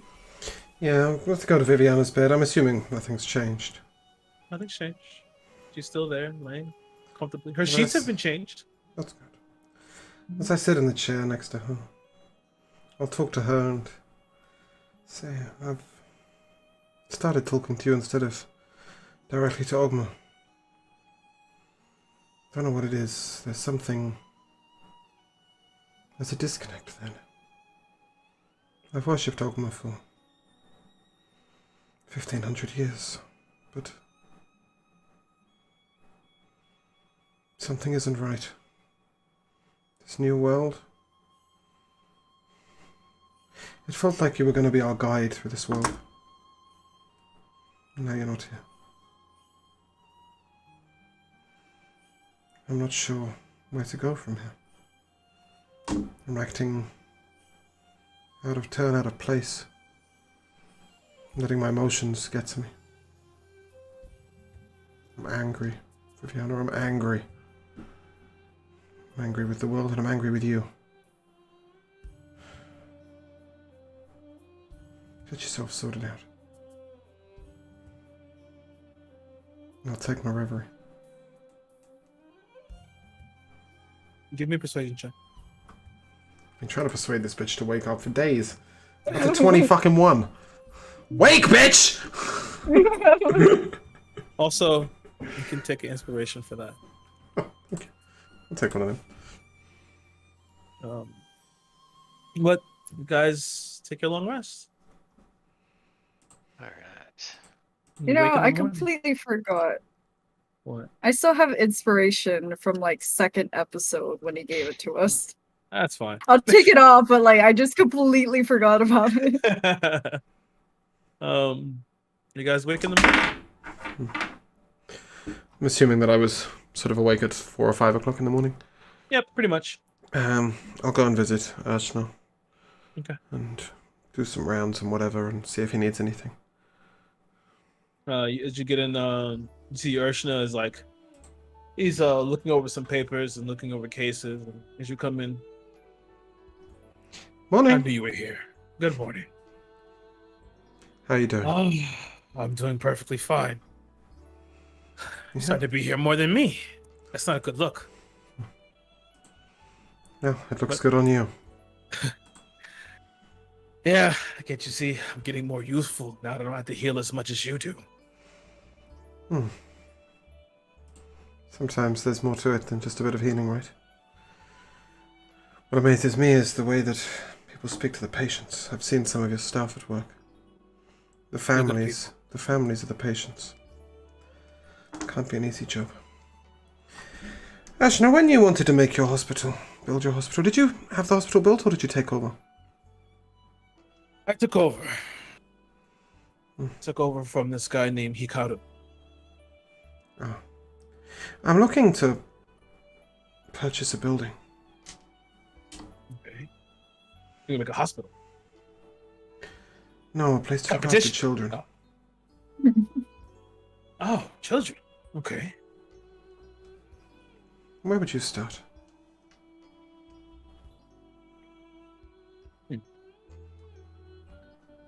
Well, if I was to look for a building, I can check the Riverworth administration. They have records of all types of buildings. They have records for buildings that are derelict. They have records for buildings that are currently in the market.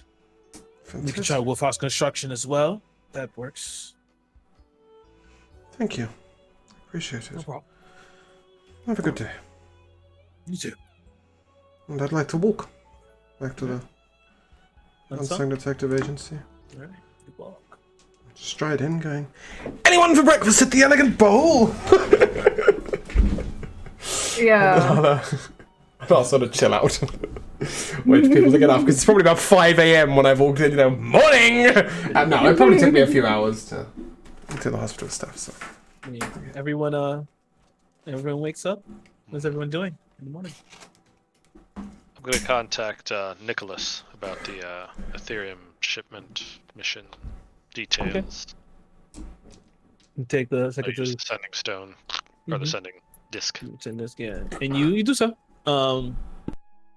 It pops up. You see Nicholas without a scale, out of place, still wearing his suit. Bastion. To what order pleasure?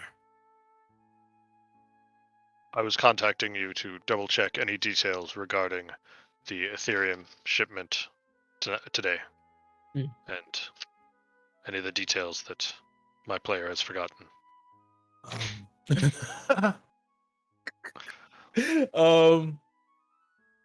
Yeah, Cinnabaro today. Shipment comes tomorrow at check my time. 9 a.m. Need to bring it back here. You will have 2 other members. You're to meet two of my members in Cinnabaro. Firelings. Alright, perfect. So we just have to go to Cinnabaro sometime today so that we are there 9 a.m. tomorrow morning. Precisely. Brilliant. Thank you. No problem. What are these men's names? Or at least one of them, so that we'll know who they are, or they'll know who we are. Their names are. One second. Or you can give them our names so that they can find us. Whatever's They easier. have your names, but I think it's best if you Perfect. both know. One is Casimine Moon. He is a halfling artificer. Perfect.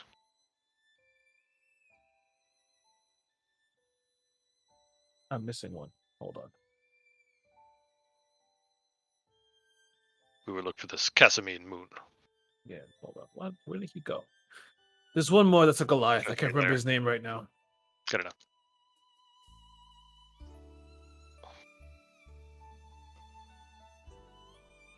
Is that all? Bastion. That was all. Enjoy your day. Thank you. Goodbye. Closes. As you hear the who's downstairs? You downstairs, Ava? As you're in Rakan? I'm sat on the steps. He's on the steps, okay. Says you What- Ava, you guys are done. Olivia? What time of day is it? Still Right 5 in now- the morning? Yeah, since he woke, he came here 5 in the morning. Alright. It will go. Yeah, Can I'm not gonna move be ahead there. time though. That can move ahead time. Well, I Yeah, will we'll be. move it. It's fine. I just won't be there. I mean, well, If I'm it's gonna fine. move it. I'm gonna move ahead time anyway because it makes sense. So fast forward to 10 a.m. and whoever is it downstairs, you hear at the door. I'll get the door. I As haven't you got do the door so, yet. you see it's a newspaper. Hmm. You pick it up and you see the paper boy on his what looks like it's a bicycle as he's kind of riding down the street. You see on the front cover, it says the Arcanic Gallery has been robbed. Oh. Artifact has gone missing. Muted. I shall look at Zeltrin. Zelch is not downstairs right now. Typical. He's probably at the Arcanic Gallery. God, we have so much shit on our plate as it I'll is. take a note. But what about you guys? Shopping is in order. I can agree with that. Yeah, Novia, You're maybe you welcome, could welcome. drive us there.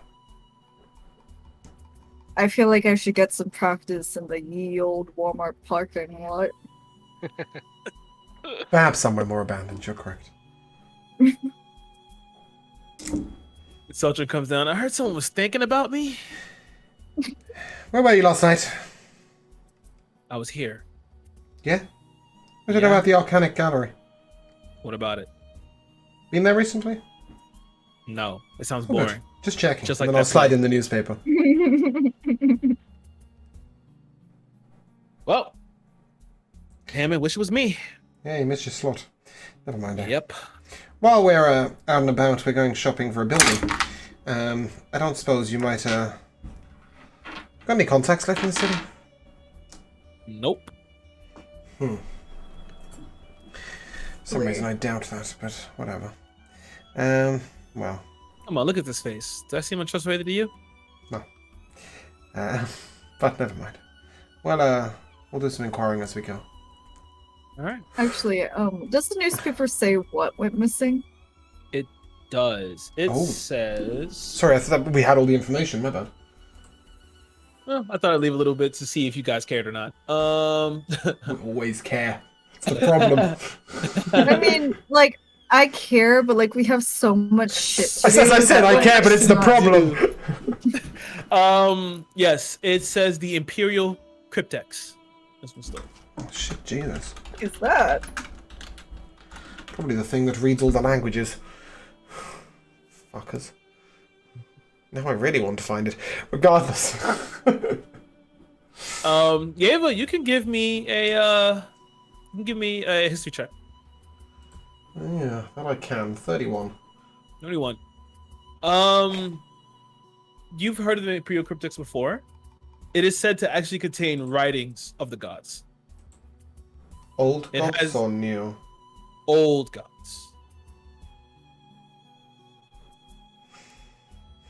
It is said that it has a full transcription of a plot against a specific god. Do I know which god? With 31 history? You should do. God's name is Exodius. Okay. Did you just say Exodia? Exodius. Oh, okay, I was gonna say. Do we need to find his arms and legs and You know that caveman SpongeBob meme? Yeah, that's Olivia right now. Well, the cryptex contained information of the old gods. I can't imagine who would find that interesting. Perhaps another lead to the animal. Sounds boring. There's no Yeah. one cooking. No one's Hey. cooking, right? No, we're going for Actually, breakfast did- at the Elegant Bowl without you. But because you'd find it boring. All right. You can come if you want. Actually, did Eva share that information? Yes, that was me sharing the information just now. Okay. Okay, listen here, you piece of shit. What did I do? Don't call my god boring. Your god. He's Sorry. Zodius, right? That's what you said? Oh, I'm speaking as Zeltrin. Oh, Yeah, I'm speaking as Zeltrin. yeah, no. You're, Oh, okay. No, Yeah, just to make sure that that's what you meant as a DM. Yeah, I said Exodius. Yes. Okay. This is for you, Lobby. All right. Yeah. Listen here, you piece of shit. Watch your mouth. What did I do? I'll have you know that that god has done a lot more interesting things than you could ever imagine. I mean, plotting against 2 other gods while not a god at the time. Pretty cool. Fine. Okay, fine. Kira, would I know anything about this god? Exodius? Yeah. Give me an intelligence check. Is that 18? You know of him, but you've kind of been you're kind of like on the upper rung, And truthfully, how would Rakan be in godhood? Would he care? What about other gods? Yeah, would he care? Would he give a shit? I feel like he probably, to be fair, I feel like he probably wouldn't be that involved with other gods, where he's not ascended yet, and his dad probably would have kept him out of, business. Yeah, you've heard the name before, but you were too busy doing whatever you were doing to even really venture into it.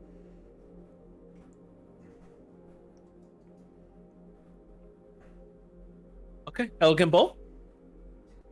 Good, because I'm fucking hungry. You watch as he kind of walks. Oh god, my arm. And you guys are gonna head out. Novia, and I'll hand her the keys. Are you serious?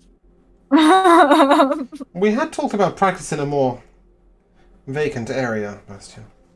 I should have waited till I'm out of the fucking car and do that. Don't see But you I will sit driving. next to you. Start slow.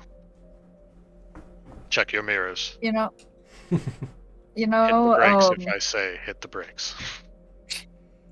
Bastion, this is both out of character and in character, but when I was in driver's ed, my teacher made this brake that he could hit on his side. You should make that for Elovia. Yeah, those exist on a lot of cars used for driver's ed and stuff. So I just haven't had time. Yeah, but I'm just letting you know that maybe you should. Maybe he does that tomorrow when he's got a little time, not sleeping. Watch as Zelchin gets in. Very okay. He's leaning back in the chair. Hey, I got you. I'll put my shield up in front of him. Okay. The bigger deal you make out of this, the more nervous I get. You'll be the fine, more Lord. nervous I get. Hello, you'll be fine. Bastion's got you. Let's go. All right.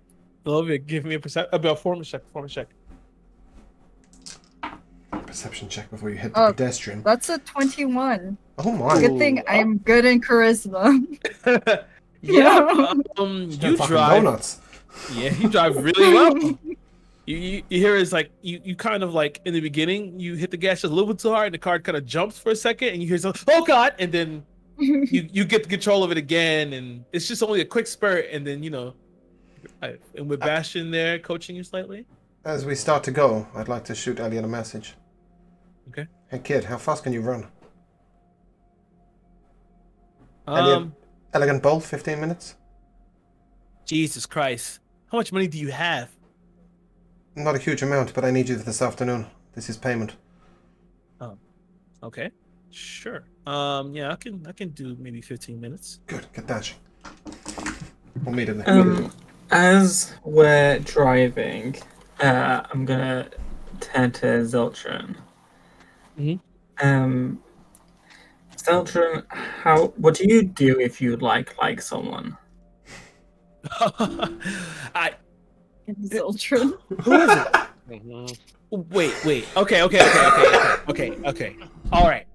How far has it gone? Second base. Second base. Base? Third base? No. What base? Okay. Have you kissed her? Him? What is it? Dragon? Hey, Rokan's gonna blush. No. Okay. First of all, who is it? How would it? Caden. Flower boy? Yes. Okay. All right. I'm not surprised. All right. Okay. Okay. All right. So you like him, right? You sure you like him? I think so. Okay. Sylvia told me what it feels like to like someone. I don't know if it's 100% that. Okay. So I'm gonna tell you exactly what you do. This is what I did. When I was younger, I got myself my first girlfriend. So I like this girl big time. Does he Right? still have his girlfriend? No, Olivia. Don't say nothing about it. So, I liked her, right? We're playing coy, sending letters back and forth, all that other stuff. She said, okay, your horns are kind of cute. They're little small little pip things back in the day, but now. So I was like, okay. So I asked her to meet me behind the school. I just walked right up and kissed her. She slapped me at first, but afterwards, it worked out.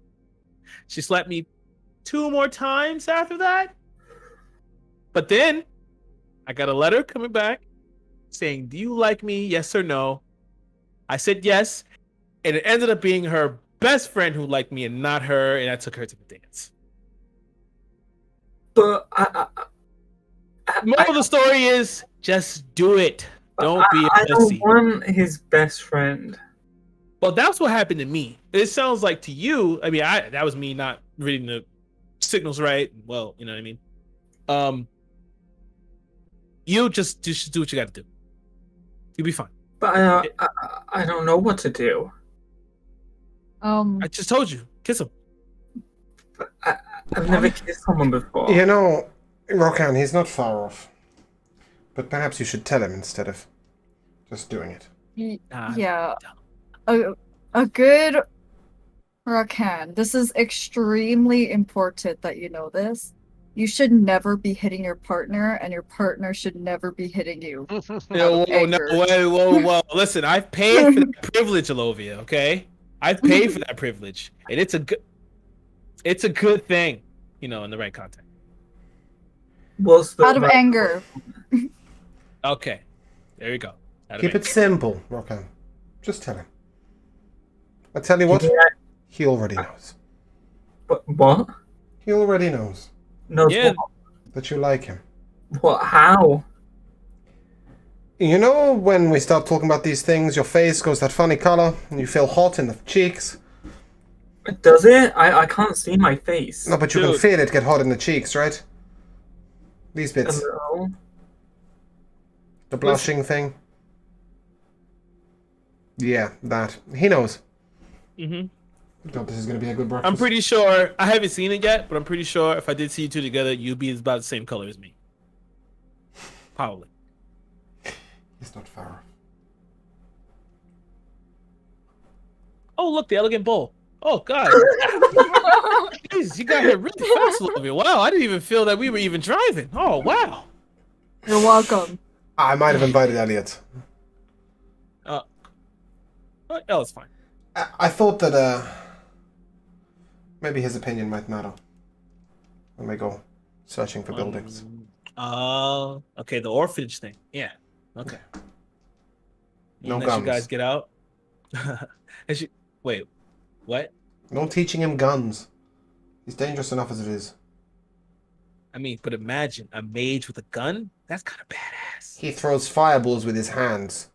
But he can shoot somebody in the face. Yes, that's why we're not teaching him guns anyway. Oh. Eldritch blast, bullets. What's the difference? Yes. What is the difference? And so you. I don't know. You want to try it? That's the warlock with a warhammer. I haven't got a clue. You guys get out and you see Elliot's like, Jesus Christ. Chill. Fuck. Oh. Yeah, sorry, buying you a car is next week. No. We're not buying him a car, ever. Yeah, I can't drive. No, that's for the best. You guys walk in. The same host from before, I believe, Maxwell, is there again, and he says, "Oh my goodness, I didn't think you all would be back so soon. You guys have been home almost every day." The breakfast is just too good. Table for I 5, see. please. 6, please. Certainly. Waves you off to the table. You find another clear corner booth.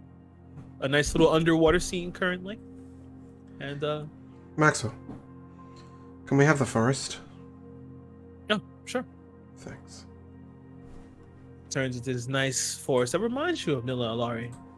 Fireflies moving in between. You can see far off, looks like some sort of woodland creature moving in between the trees. It's nice. Maxwell says, I guess I can take your order while you're here. What would you all like? Petrification, no bacon, please. No bacon. Actually, give him bacon. I'll take it off his plate. I believe Miss Hayden has something special for you. Would you like that? Of course. Darn. No extra bacon. I can give you extra bacon. Sophia. Oh, hell yeah. Hell yeah! All right. I'll have the same, please. And then I'm gonna lean into Olovia. I was gonna ask for his bacon too. It's good, right? So you're just having bacon, or are you having the petrification and bacon? Petrification with extra bacon. Okay. And what are you having? I'll get the cloister. You can tell she's the one with the wallet. With some extra. Wait, with extra it says- I know it's 5 gold. Don't worry about it. You're good. Yeah, Enjoy I was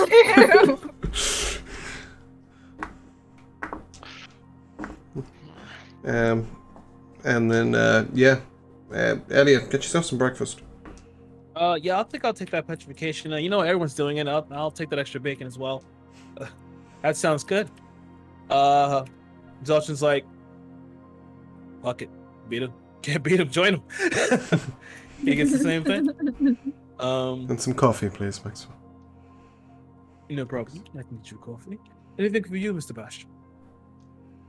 I'll take your rye with the highest rye mash bill that you have. Good. You like something I spicy can't believe we this have an morning. alcoholic robot. Yeah. Futurama did it. All he does is sniff it. God damn it, what a waste. Okay. He walks out. He walks away. Soon comes back with water, and he immediately brings back your rye, Bastion. Slides it over to you. It's nice. This nice crystal glass. Zelchin's kind of sitting there looking around. Oh, the wait is always so. Oh, good. And watches they come back out with the food and begin to hand it to everybody. Yeva, you receive, as Maxwell walks over to you, Hayden sends her regards. Puts his plate down. You see, it's like this green bulb that's completely like, it's just a closed bulb. And he slides over this little like shot glass of this amber liquid. She says, pour it over.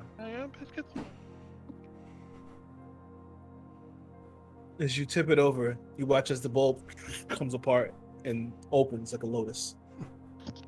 You see inside all these mixtures. You see like these little, maybe like little small little like fried chunks, and you see like just an assortment of vegetables all curled around carrots, broccoli, lettuce, spinach.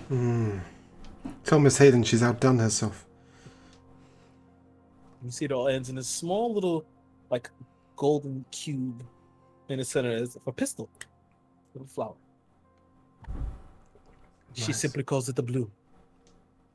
I'm in on these new meals. Enjoy. Thank you. Hey, Bastion. No. I've been meaning to ask. Yeah, I was gonna say your cat is fucking. She looks weird. Anyway, in character. If you don't mind me asking, where does all of this liquid go that you drink?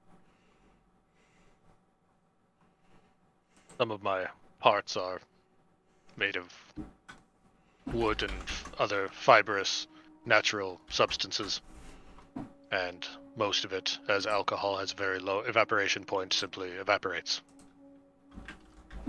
Okay, so let's say this is completely theoretical. Let's say you have a drink of some alcohol. And then you jump into a fire. What happens? Alcohol, well, flammable is only flammable at very high proof, and so it will likely simply evaporate quickly in steam. Alcohol vapor then is highly flammable, but only in large quantities. Also, sorry about my comment about your cat. She looks weird, but she's cute. No, she's But, you know, adorable. still but kind of yeah. weird. Yeah. So let me get this straight.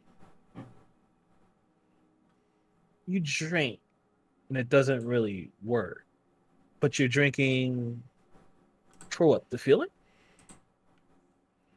I still have an olfactory sense.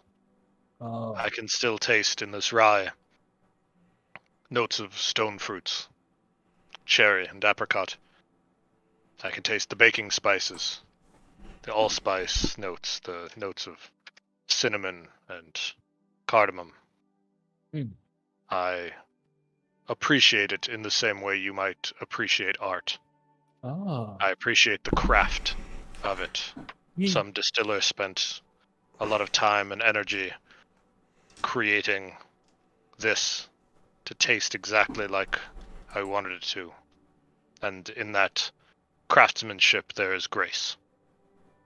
You're right. Drinking is an art. I'm glad. You know what? We see eye to eye on that.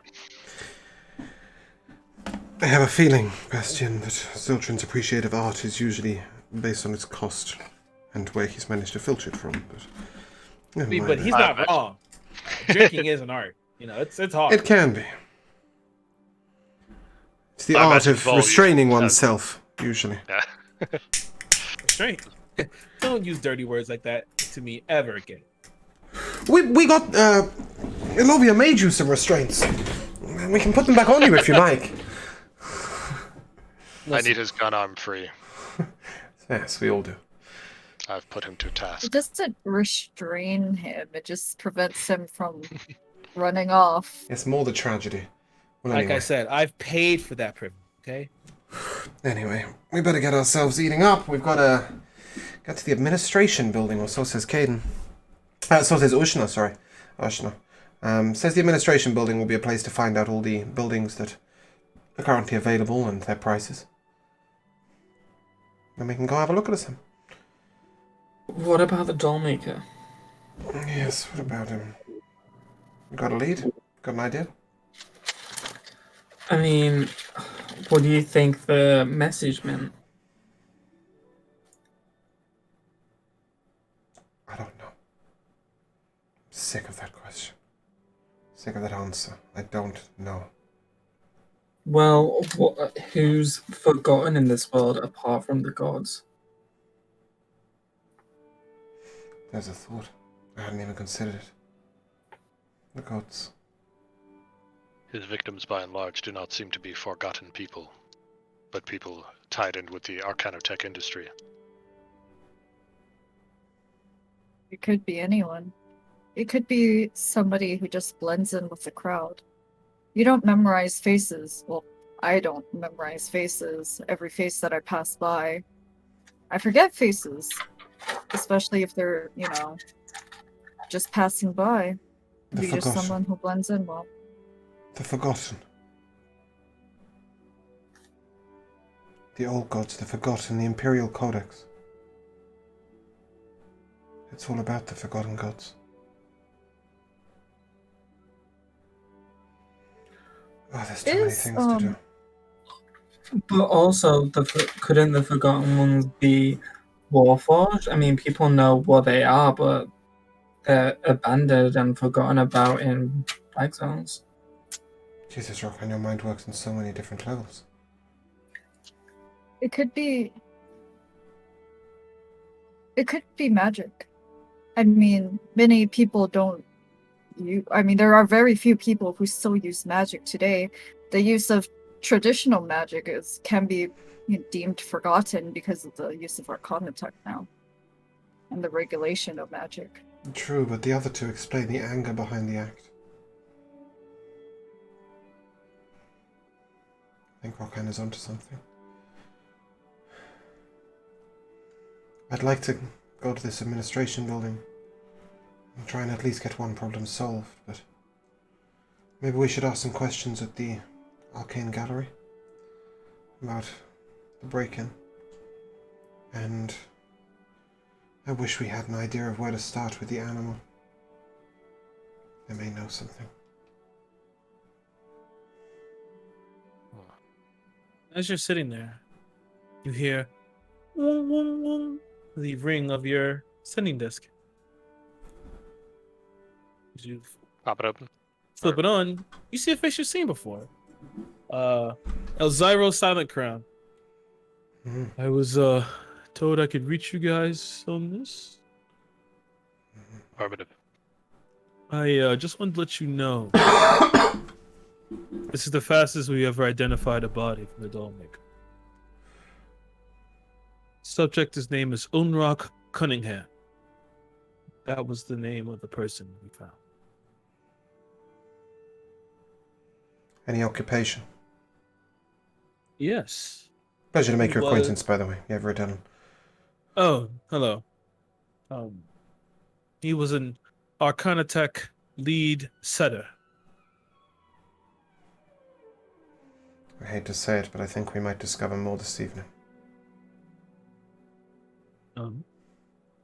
Interesting. Sorry. Multiple wheels turning. I appreciate it. Mr. Silvercrown, have you, are you in any way connected with, investigating the theft at the Arcane Gallery? I am actually on my way there now. Some of my guards have already gone ahead of me. So I'm heading there now to get a personal look. If something else is missing, even something seemingly irrelevant, please really let us know, and especially know if you detect any illusion magic when you're there. Is anybody there, a magic specialist, who's going with you? I believe Venice Price may be on his way. Excellent, he's a good one. Good at what he does, at least. We have reason to believe they may be connected to the Dollmaker. The Interesting. theft. In that body we went to look at was a lead center. And in that was written, "The Forgotten Ones walk among us." We think the Forgotten Ones might be the Forgotten Gods. The Codex that was stolen, the Imperial Cortex, tells a story of an old god, a forgotten god, if you would. Well, if I find anything, I'm sure to let you know. Other than that, enjoy your day. Thank you. When the call ends, I'm gonna turn to Yeva. Should we really be telling everyone our train of thoughts? We don't have enough of us to investigate every angle. He's a detective. We have to hope there's someone we can trust. Bastian, I don't see the Elovia, harm. do you agree? Yes. There's no harm in To be letting law honest- enforcement have more information. Well, Jethro did keep it close to his chest for a reason. He did. So I'm on the fence. But he also didn't find a Dollmaker. We We don't have don't enough know. of us. And when he disappeared, the trail stopped cold. Having more people so that one disappearance does not stop the investigation is wise. Redundancies are a good idea in systems. Not only that, but we've only given him a small piece of the puzzle. Anyway, speaking of magic and the old gods, remember that fortune teller we encountered the day we met? Yes, Right. right? He must use some sort of magic, right? Sebastian LaRouge. Unless he's a fraud. Do you not believe in that magic? I do. I've seen it myself. The elves practice it. But I've also seen in some of these cities men who will sell you your fate. And all they're doing is a trick. I'm not interested in my fate. I'm interested in what he knows.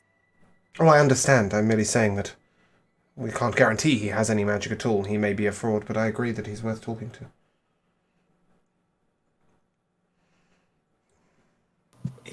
This is just me asking.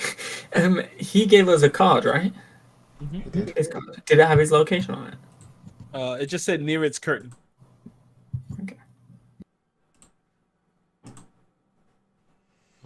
Well, nice as this breakfast is, we won't do anything sitting here, and we seem to be writing a list longer than our arm. Aye. Do we go as a group to the administration office? You all wanting to come? Might as well. I want to go. We've but one car. Yes. Better Zeltrin, start walking. you headed back to the house, or are you coming with us? Yeah, that administration shit sounds boring as hell. Besides the administrative building. And shit is still there. What?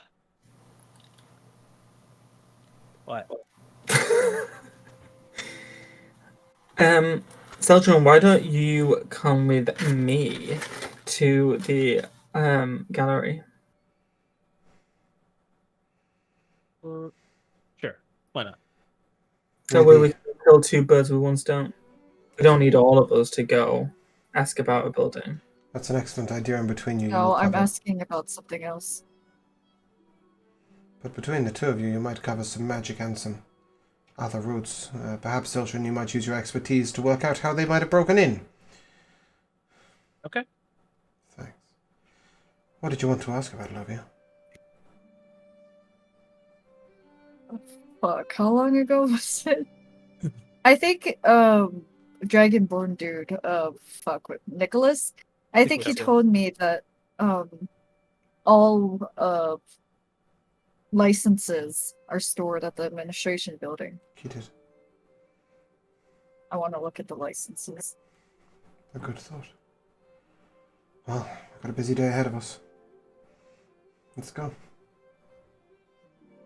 Before we part from Zeltrin and Rockhead, I'll kind of grab Zeltrin's arm and keep an eye out for the blue-eyed man we saw the other day. Oh, sure. Yeah, I'll do that. Let me know if you see him. Will do. Do not hesitate to use your weapon. Never.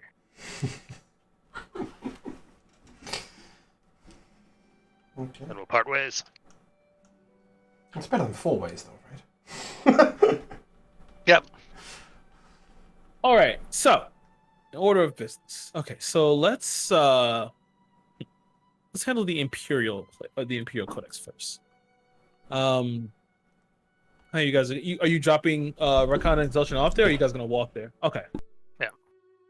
So as you drive over and watch as Zeltrin kind of guides you there, you guys drop off in front of this large building, pillars on the outside, these large steps. This building itself is kind of like on its own island, a bit like the library. You see that Rivenworth actually gives a lot of special attention to this building.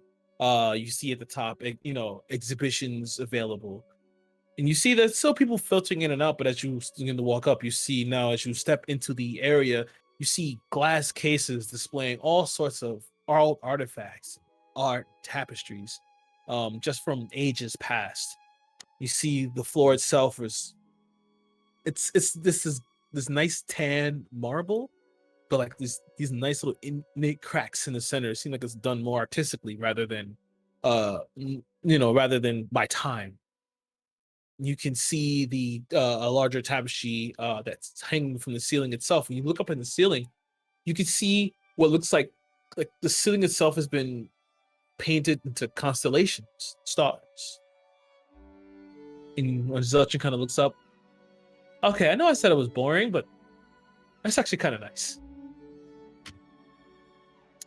As you walk in, you see Elzyro Silent Crown is actually walking back with Venice Price next to him.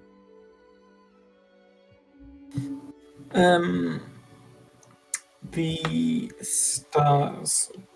Does any of it look familiar to me, or?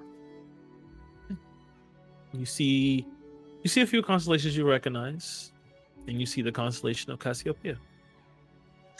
Roll credits. It's back.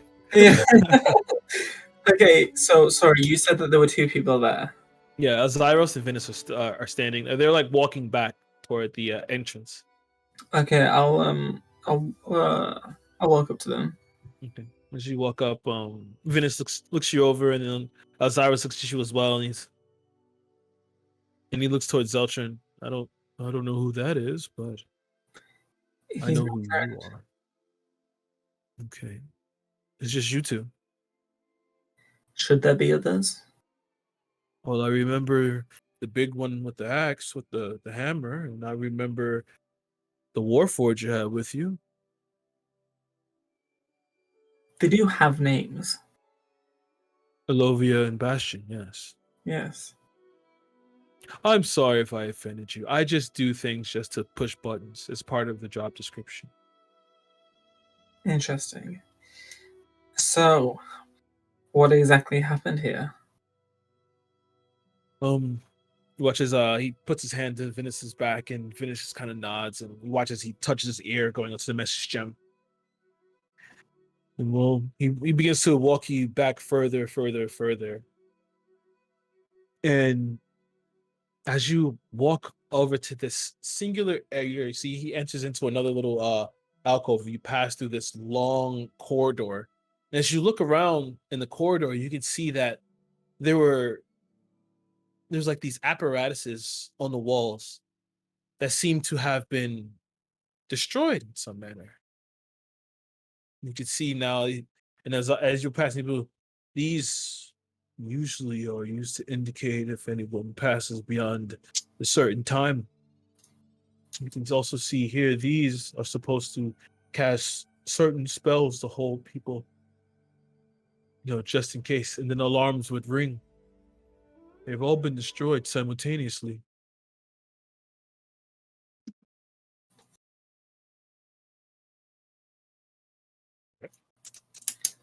It takes you further and further back as you see that go ahead. Do you know the cause? What could have caused the damage? It's definitely some sort of magic. But from what I've seen here, moving around that fast and being able to destroy all of these almost simultaneously either requires speed or some other type of ability. Okay, let's keep going. He begins to take you further back. He takes you now into this room that's like it's circular in shape, and it has a singular pedestal in the middle. You see that the pedestal was like a little bit on a higher platform. And you see in the center that there was a glass box over it, and inside you can see like a little shimmer. But you can tell from the shimmer itself that whatever spell was placed on this has been shattered.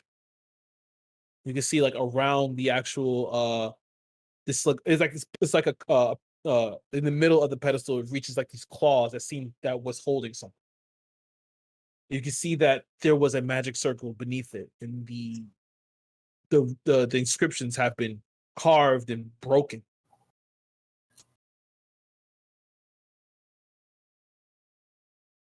Sorry, what the heck? No problem. There are no windows into this area here. No windows. Okay. Were there windows in the room that the security measures were? No windows. It's just a singular hallway going down. Okay, right. Okay. Is there any signs of break-in? Currently in here, you don't see any real signs of actual break-in. There's nothing only thing that actually has been vandalized here was that runic inscription on the pedestal. No, I mean, like, I'm asking him, like, in the entire building, has there been any signs of breaking? Not from what we've seen. No. We didn't see there was no window broken. No door locks have been ruptured in any way. But you can give me a perception check.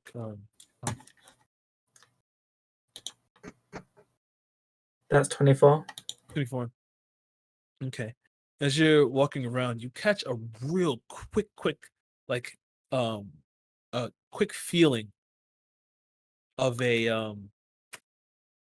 of magic. It's faint. It feels like conjuration.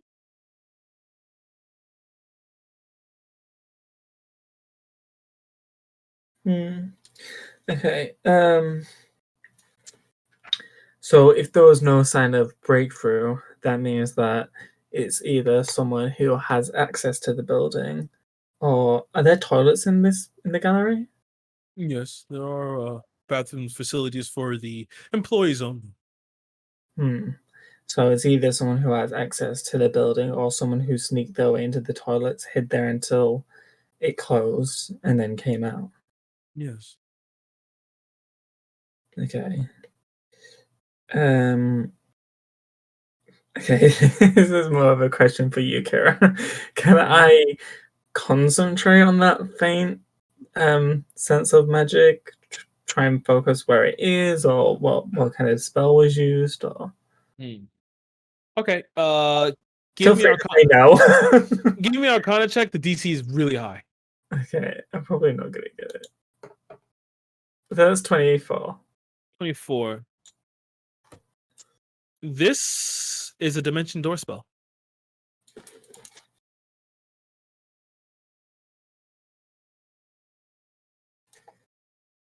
Okay, I'll go Google what that does.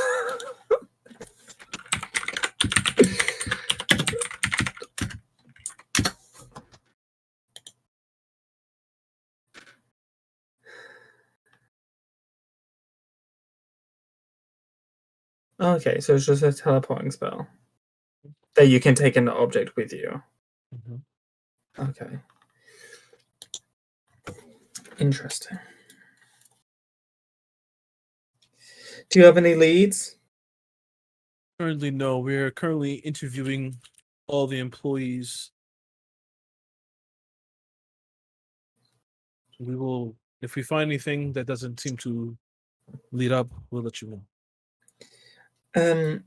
You said there was like magic around, like on the pedestal to protect the object, right? Yes. What kind of magic could break that seal? Well, in order to break that seal, you would have to understand the equation inside and out. I think anyone with pretty strong knowledge and the ability to use a magic stronger than itself do this. Dispel magic could also do it, but it has to be of a high level.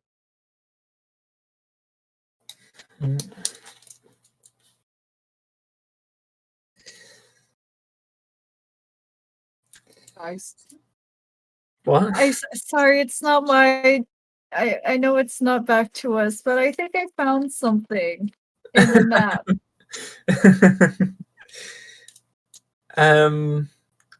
Okay, so you're currently questioning staff. When did the cryptex arrive at the gallery? Has it been here long? Cryptex arrived was that shit, like 5 days ago? Okay. It's relatively new. In the context of it, is that common knowledge?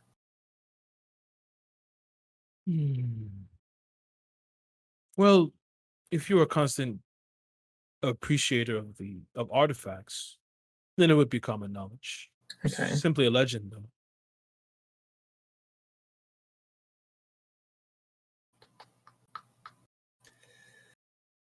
Is there a price on this object? No price. It is priceless. Priceless. Priceless. So not someone looking to sell it then? Probably not. If you were to take this thing. You could be a collector. Want to add it to the collection? If the context of it is common knowledge, does that mean that the actual writings is known to people? No. According to the appraiser, well, unless you can, if I remember correctly, even on the exhibit, the codex remains closed. It has to be solved. Right. So then the information inside is mere rumor. Precisely. Whoever stole it is probably grasping at straws. Hmm. You say that, but look how easily they managed to take it. They're clearly very adept at magic. Yeah. But hey, if it is true, what can someone do with a transcript of old gods? You'd be surprised. Why do I feel like you know more than you're leading on? That's just your feeling. Feelings aren't facts. Well, if you'll excuse me, will you have more questions? Just one. Well, it's kind of to you. Okay. Are security cameras a thing in this world? There are arcane eyes. Yeah, they are. There's not like there's no like log, if I were to say, but it's how it works. Like they had like these are kind of like they use arcane eyes or whatever, and then some of them has to actually be there to do the thing. So that means that there was someone there were security guards here. Okay. That night. Okay, then I'm then gonna speak to the guy. Have you questioned the security staff that were present that night? Yes, they are currently back at our guardhouse. They are being questioned. Interesting.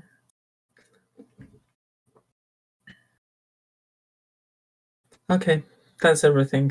Thank you. You may leave. Okay, great. Because I don't mean to say that in like a mean way. Like you can fuck off now. Zachin just turns around. Are we done? No, we're not done. God, you didn't have to come with me. You asked me to come. Yeah, could have said no. No. Yeah, but when do you ever ask me for anything? I just thought maybe something special was going to happen. This is special. We Okay, could be then. unraveling the mysteries of the gods. I already told you about me and gods. We don't really work out. Yeah, I'm hoping this could possibly change your very skewed opinion of them. I mean, all right. In terms of gods, if you really are a god, if you ascend to godhood, you're cool. All right, you're cool. I'll invite you to my birthday party.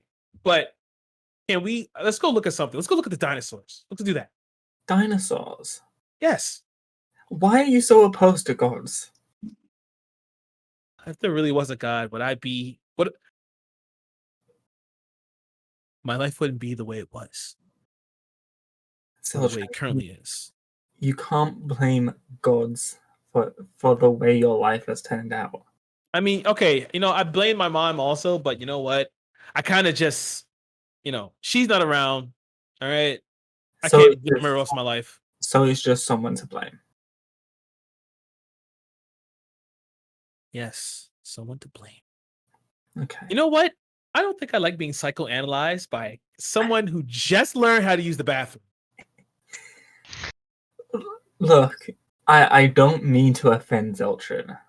I'm your friend. Okay. But you can't.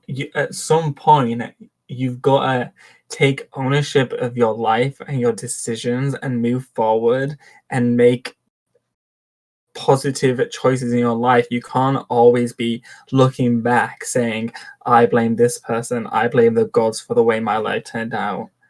Because otherwise your life won't change. You've got to make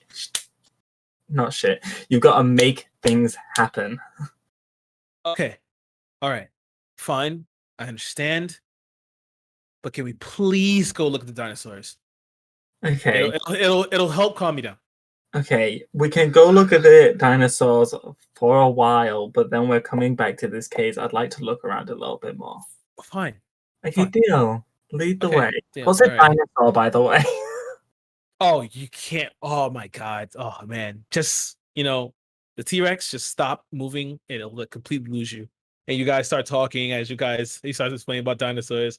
As we swing back over to Elovia, who I guess was looking at the case file inside the car. Yeah. Okay. Am I allowed to use this knowledge? Like, I don't even know if Elovia would know this, but I know it as a player because I was looking at this for like the past few hours. We can go to a roleplay session of that. you can use it later to say like, oh, I figured this out. But you want So excited for my presentation, you guys. I knew it. Do it. It's up Okay. to you. It's up to the DM though. It's up to you. Okay. I'll say, while you guys pulled up to the administration building, Elovia, you sat back for a second looking at everything, just pouring it over. You kept it with you because you didn't feel like leaving it in the house because you just didn't think it'd be safe Probably enough. shoved in my cleavage so Yeah, no one can just steal it. show off in the gargantuan cleavage, and you pulled it out. And while you're letting Bastion drive, and Yeva is probably sitting there writing in a book or thinking something. Yeva's staring at Bastion's driving. Hey, I'm saying at Bastion's driving. Give me an intelligence check, please. You said, Eureka. I got it. So tell Elovia, what have you found? All right. So I feel like we are always always running into things that have to do with the sky. And I feel like the sky is just always on my mind at this point in time. And that's the constellation of Cassiopeia. So 7, 6, 5, 3, and 4 actually make up the actual constellation. Victim number 1 is C663, which is also in the constellation, and number 2 is Messier 52, which is also the constellation. I have the prediction that the 8th victim will be in that little circle that represents Orchard, and it is also a part of the Cassiopeia constellation. The fuck goes on in your head? I love puzzles. I love puzzles. Yes. Elovia, please take an inspiration. Fucking take mine, take his, take hers. Like, fucking Jesus. Is that going to buy us a house? Because it should. I don't know when the next victim is. I just figured out the pattern. I don't know what day it would be. Oh, you don't know when, but you know where. As a DM, Yeah. I'll say keep looking. I will. So that's Okay. right now. Have you got dates? In front of the administration building. I do Love have you. dates, but I haven't looked into them yet. I'm also going to look into the moon cycles. We need to because look that was into the provided. dates. Yeah. We definitely need to look into the dates, but I'm just. Very nice. Very nice. Should we just end there? No, let's not. I want to buy this damn fucking building. Yeva's good at building. He's not good at puzzles. But, As a player, I love puzzles. oh yeah, that is something. That is really something. That's great. I didn't even say it in the Elovia voice. I was so excited, but I am so proud of myself. Okay. Very nice. Well, hey, Elliot, come on, kid. We gotta take you in. Oh yeah, sure. You see, he's sitting there chewing on a little piece of bacon that's left. I just had to take some with me. I'm sorry. Oh no, you're good. All right. I guess we're going in. So as you guys in the climb, this building is a little bit this building is still big. It's about 6 stories high, and as you walk in, you see that there are 2 guards on the side, and you see 2 reception desks. You watch as soon as you walk in, the guards just stop. What is your business here? Where you trying to go? Looking to purchase real estate. Real estate, 4th floor. Thank you. You watch as he waves you in, and everyone comes behind you, and you guys begin to walk up the staircase. Going up, you get to the 4th floor. You see that there's only one door here. That's convenient. I'll knock on it. As you do so, you open it. open that door. Nothing. There's no one there. You just knocked on it for no reason. You decided to open. And as you open it, you see that there are rows of doors. As you begin to walk further and further and further, you finally come up to one that just says properties.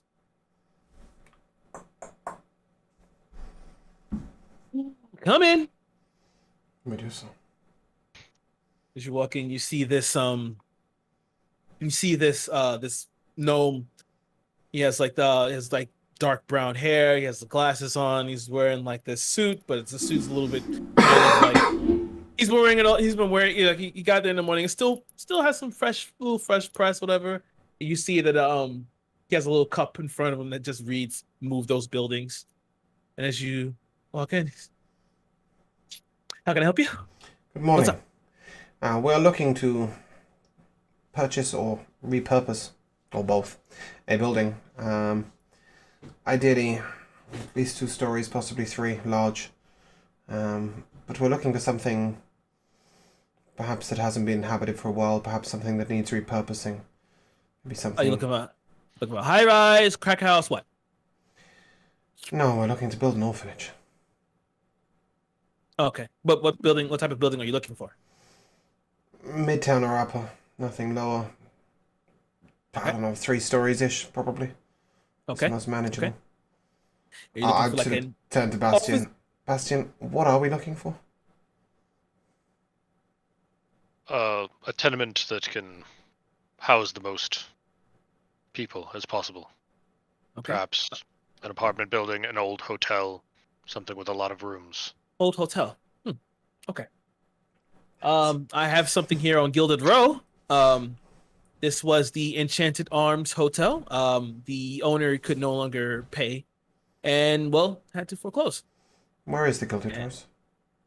It's close in Midtown, a little bit of a busy area. Thank you. Gilded sounds expensive. No, it's all right. What sort of Not that price? bad. Well, this is about 100,000. 100,000. Okay, have you got any other buildings as well? We'd like to take a look at a couple. Maybe something a little on the smaller side? Okay. We got one on Garden Lane. This is a 3-story house. It is a Victorian style mansion. It belonged to a family that's moved away. Price? This is 50,000 gold. Okay. And then one more. Something older, cheaper, maybe in a slightly worse area. But still at least 7 or 8 rooms. At least. Okay, you're looking at Harbor Boulevard. This. Ooh, yes, low hang, very low. Okay. Yeah. You want that one? What's okay. the price? Okay. The asking price for this is 10,000 gold pieces. That's our emergency backup. Could you possibly plot those on a map for us? Sure. Here, I've got the map that I was given of Ravenworth. Okay. He goes ahead and he marks them down for you. Yep. Precisely. Do we have any other questions? Not that I can think of right now. Oh, she wanted to. Fuck, I'm out of No, I questions. mean just in terms of property. Oh. Yeah, that's what I figured. Yeah. Thank you very much for your time. I didn't catch your name. No problem. It's Wilbur. Well, name's Yever Adele, and we may be back. Well, we will be back. We just don't know what for. If we are looking to purchase a building, do we come to you? Yep, I can arrange that for you. Fantastic. Thank you very much for your time. I don't suppose you could tell us where to head to inquire about magic licenses. Well, you can get that on the 5th floor. Thank you. Right above. That was what you wanted, Olivia, right? Yeah. Yeah, okay, cool. Just checking that I'm taking us to the right place and not just heading off somewhere random where none of us need to be. Cool. You guys climb back up to the 5th floor into that singular door with a row of doors or whatever, and you see licenses here. You see license records. So you guys enter in. You see there's a woman behind there. She's got like the she's an elven woman, blonde hair, but it's in a bun. She's wearing like this really like I forgot what to call them, but she's wearing this shirt, little frill on the collar, black buttons and a pencil skirt, but she has like she has the glasses like these like narrow lenses with a chain that wraps around her neck. And as you come in, welcome to Magic License Records. How might I help you? Would it be possible for us to inquire about a license that doesn't belong to us, but rather to a missing person? We're with the Unsung Detective Agency. Yes, you can inquire. Viviana and I had a deal about these things. 15 gold pieces, please. Per license or per service? Per license. All right. Everybody okay with that? Yeah. Okay. Yeah, I'll hand over the go. Slide it over. She looks open. What's it under? Which Perfect. anybody know Jethro's last name? Not in character. Do you know about Viviana's partner, Jethro? Yes, have a score. Yeah, we're looking for his license. He went missing. That's kind of why we're here. With the agency. Give me a moment.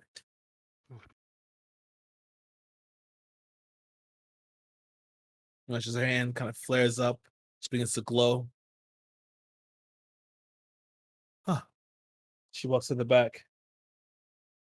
And then as she comes through it comes a little shelf, pulls out a book, brings it back, pops the portfolio down, and flips it open. You watch as the pages flip by, and then she puts her hand and stops. This is Jethro's license. She slides it on the table. Is it possible to be able to tell whether it's active? As you look at it, licenses that are active, they tinkle to the touch. Touch it. All right, I will touch it. As you press your hand against it, it's tinkling. It's warm. Anybody here know locate object? No, but... Ma'am, Yes. what would it cost to take this away with us for a day and bring it back tomorrow? That's what I should say. She pulls the glasses down.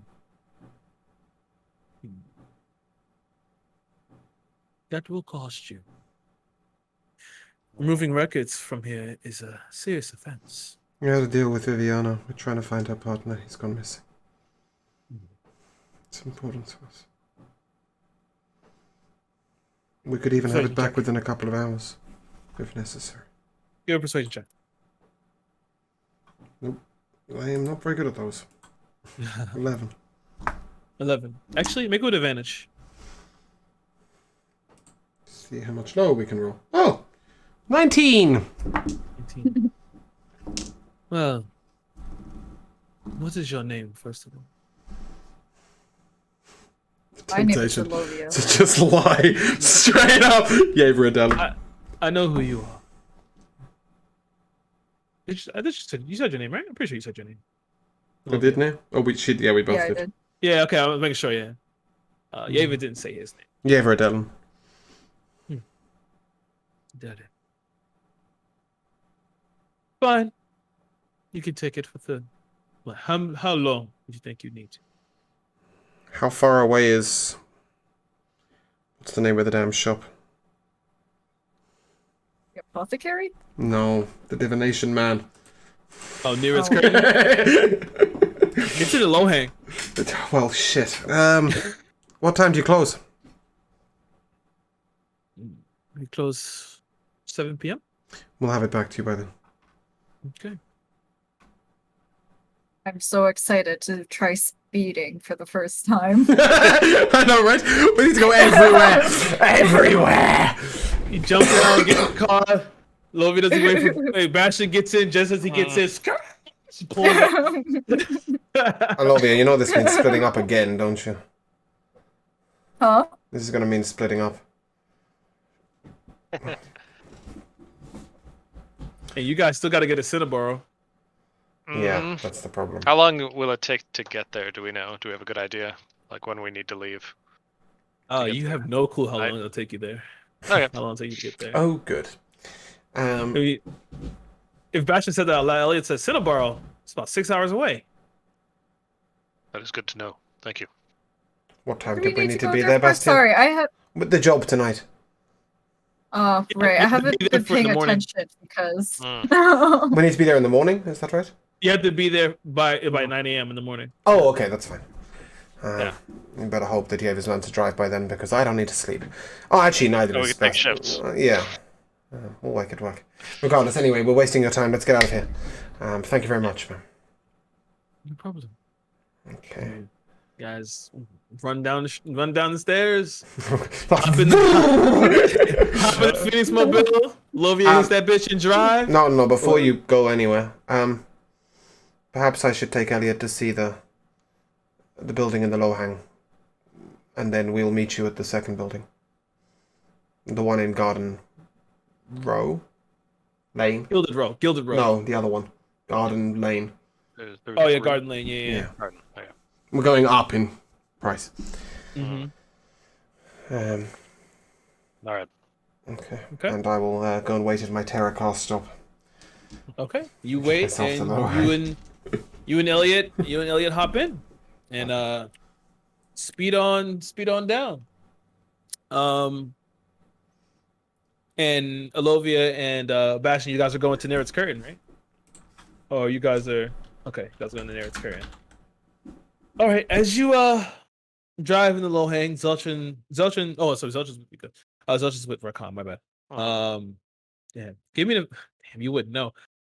But I'll say you ask someone randomly. You stop by. Bastion's like, "You lady, Yeah. near its curtain," and she's it's in the low hang.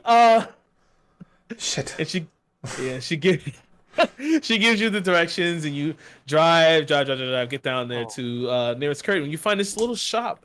It's just tucked deep in an alleyway, like a little cove surrounded by buildings. You see, it's like this little shitty place. It has like a red curtain above it, and you see like this really terrible sign.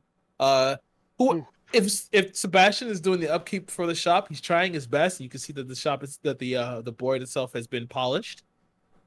And you guys walk in. Right. As you walk in, you see inside it opens up. You see it's large and grandiose. It's not how it looked the outside. You can see in the inside, like only like the curtains, it's kind of like a carnival top. You see there's like stars maneuvering around as if like a little mobile moving the stars around. You can see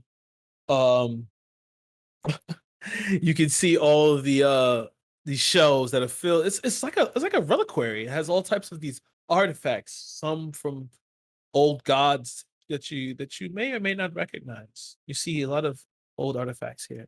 And in the center you see a small chair where Sebastian sits in front. So the ones who do not believe, come to me. Do you know locate object? Yes, I do. I'm gonna slam the license down in front of him. I need you to locate this, but not this one. There's another one somewhere out there. Oh, okay. You do know locate object only works within a few miles, but I will try. Yeah, try it. He puts it down and begins to focus.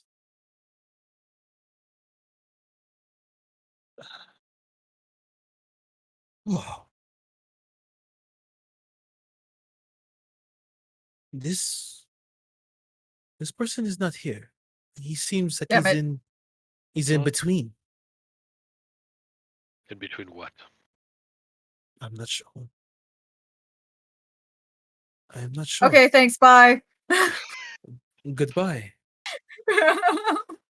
Did anybody else want to do something? As you run out, yeah, because we run out of time. As you run out, we'll hop real quick to Rakan and Zeltrin. Yeah, so the T-Rex is a badass. Like he literally owns like everything. Well, they own. They're so godlike. They're so awesome. Yeah, but where did they go? Well, God's kind of fucked them over and threw a big flaming fireball at them and destroyed everything. Oh, That's also part of the reason why I don't believe in gods. I They fucked us up. remember. I remember. That was my birth. Don't. You're kidding. Do they throw Hi. rocks? He's gonna make an insight check. The gods threw a fireball. I don't believe in gods. In one sentence, by the way. He rolled a natural 19. Roll a deception check. That was a 12. Yeah, you're fucking with me. But you know what? But that's why I like you. I hope you do ascend. I'm not gonna pray to you, but I'll talk to you. I'm sure you will. So, what do you want to do now? Okay, we've seen the Velociraptors. We've seen the Triceratops. We have. Which Bastion's phalanx is a Triceratops. I forgot to give him mad props for that. Well, I want to check the outside perimeters. Sure, you can do that. Not Alright. words that Rakan would ever say, but that's what he wants to do. Yeah, Zeltrin's like, I didn't even know you knew that word. Did I? Shit, I don't know that word. But you guys being to leave and walk out, and you guys being to check around the areas here. What are you looking for? So I want to see if there's any. Because how far? I'm sorry, I probably should have checked. How far can you use Dimension Door? Is it 30 feet? 500 feet. 500? Oh, Jesus Christ. Okay, so yeah, they could have literally teleported fucking anywhere. Okay, yeah, I want to, but they still would have had to come in, but not really if they like hit inside or. I guess I'll check just around to see if there's like any footprints, any disturbed ground, any hints of magic that's being used. Make an investigation check. Oh, so close. That's an 11. I ain't finding shit on that. Nope. Nah. Only clear blue skies and singing birds. And fine blades of grass. That's fine. I mean, unless you want to do something, Zeltrin, I guess we meet up with everyone else. Yeah, let's do that because the museum is, the dinosaurs and space exhibit's kind of closed right now. So yeah, Well, let's go. Actually, I have a question. Yeah, sure. What have you been doing What do you mean? when you're not with us? Okay, so when there's this place in the district of Gilding called the Velvet Clasp. And yeah. What's that? I paid for sex, okay? Answer your question? Yeah, so I pick your jaw off the floor. I gotta get some too, okay? With who? There's this little elven woman named Esmeralda over there, and she knows magic. That's She my does favorite this- Disney Does she know in large? In large? What are you trying to? What has Elovia been teaching you? Why do you pay for it? Why don't you go on a date with her? Why do you do the thing you told me? Take That a takes few slaps and kiss her. Cause Rakan, it takes so much fucking time. So, if you really like her, you should make the time. But I have the goal to pay for sex. Yeah, but why don't you try and find that connection? You seem to like her. Oh no, the only connection I want is physical. I don't want that emotional connection. Why? I don't want Why? that. Seem a bit defensive. It's too much work. So, You know it's what? You know what? We're not gonna have this conversation. And if you keep going on about it, I'm gonna tell Kaden you snore in your sleep. okay. So, what's your point? Jesus, you don't care about anything. This is why I have to be friends with a god. Okay, I'm leaving. We're going. We're going to find everybody else. And Okay. we. You good? Yeah. Oh, okay. All What? right, let's go. Whatever you say, Zeltron. Whatever you say. All right, good. Come on. I have a gun. Let's go. Okay. All right. Now I have a question. God damn it, Rakan. What's a pussy? Oh God! All right. Well, never mind. We flash over to. I just have this image of it in my head of him going, "Imagine the most beautiful flower." We flash over to Yeva and Elliot. Yeah, I'm just gonna check the building out. Hey, Okay. Elliot, this is the first of the 3 buildings we're gonna look at today. Okay, good. Because this building's a piece of shit. It's better than where you're living now. Is it? If we can't get the yeah, we'll repurpose it. We'll make it better. Don't worry. We'll make sure it's clean and tidy and with nice bedrooms and stuff. But if we can't get the funding, this is our fallback. Let's see how bad it is. Come on. Okay. As you walk into this place, you like keep Elliot close to you or whatever, and he's kind of like accepting this. As you see that there are people here that are strung out on something. You see some as they begin to like open these pouches of like this glowing blue dust, and they breathe in. And you watch as some of them convulse as you begin to ascend the stairs. This place is decrepit, covered in cobwebs, dirt. How many plaster bedrooms does it dust. got? Oh, the place has a lot of bedrooms. This used to be an old apartment building. So you're looking at about 4 floors and about 7 apartments per floor. 28 kids. 28 kids, kitchen, dining room, living room. Space Full to live. amenities. It's not as bad as it looks once we've repurposed it. Don't worry, those strange people downstairs won't be living here. Look, I'm hoping that this isn't going to be where you guys end up. But it's still a place. Yeah. And we can do a lot with it. Have you seen how amazing Bastion is with, like, what he does? I mean, look at the way he fixed the car, right? No, did you see that Triceratops? That was exactly. You see?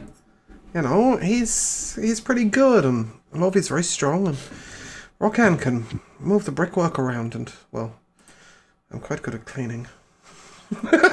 And I'll sort of chuckle. Right, come on, let's get out of here. This isn't a place to keep you around, but it was worth having a look. So, Alovia's strong. Bastion can fix things, and Rakan can move earth. Yeah. And you're good at cleaning. Yeah. That's what I said. That's it?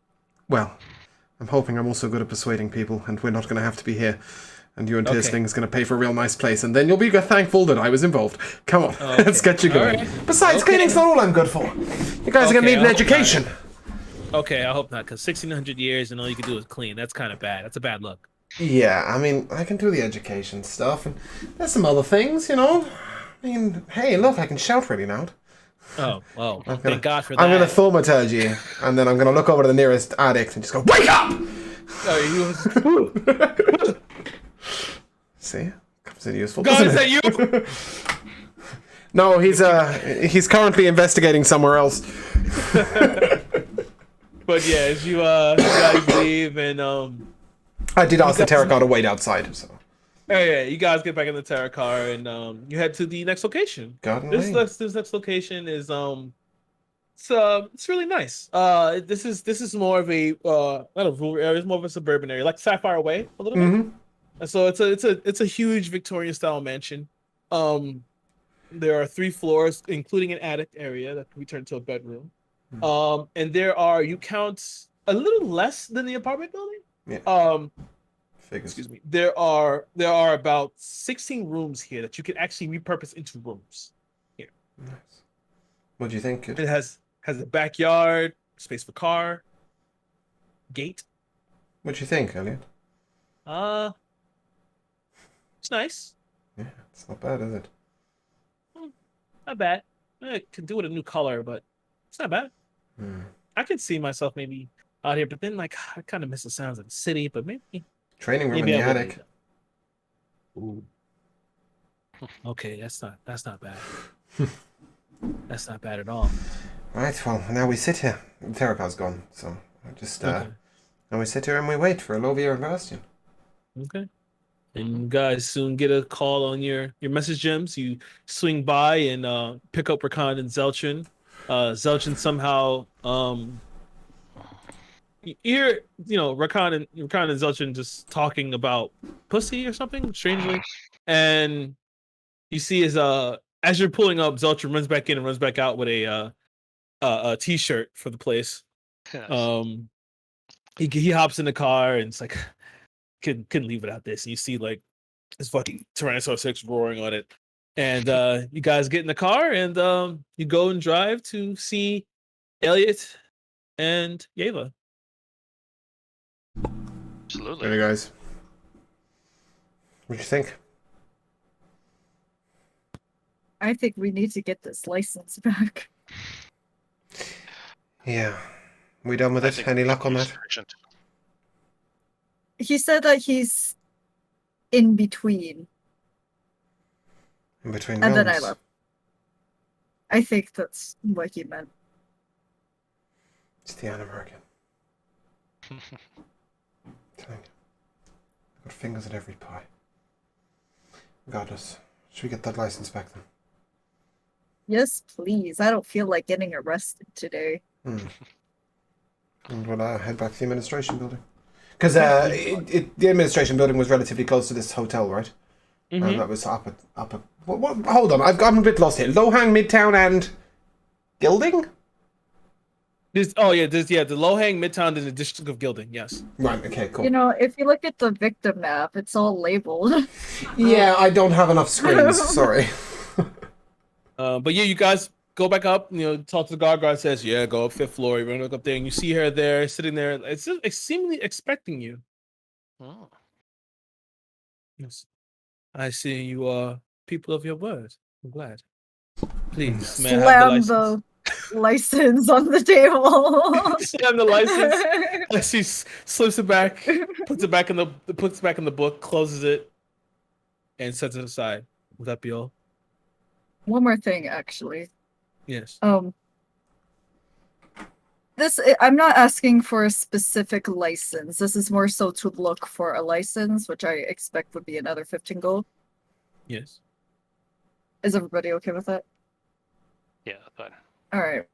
I need you to look and see if there's anybody that has a license that has one blue eye.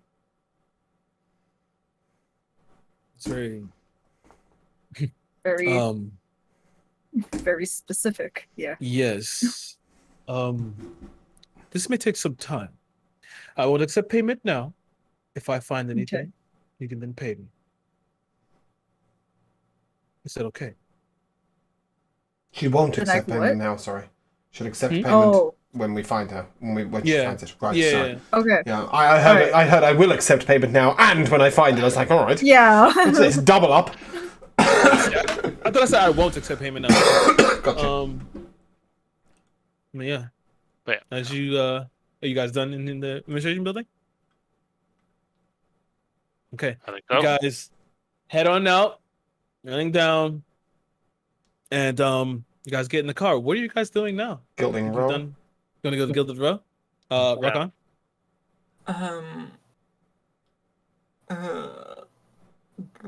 Rakan's gonna say,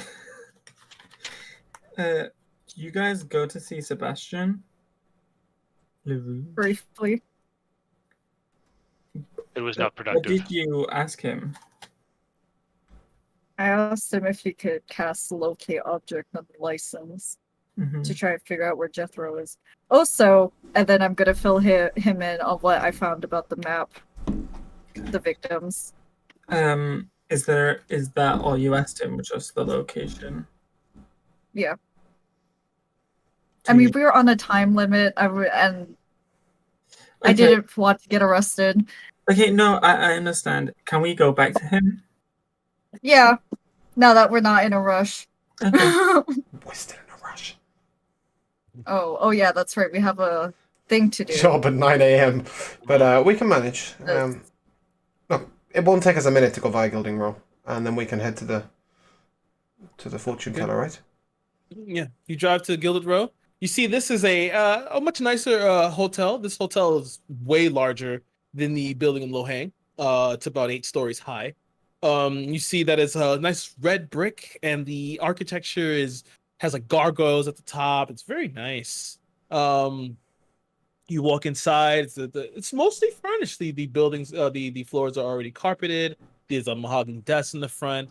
There are elevators here. There's also a stair access.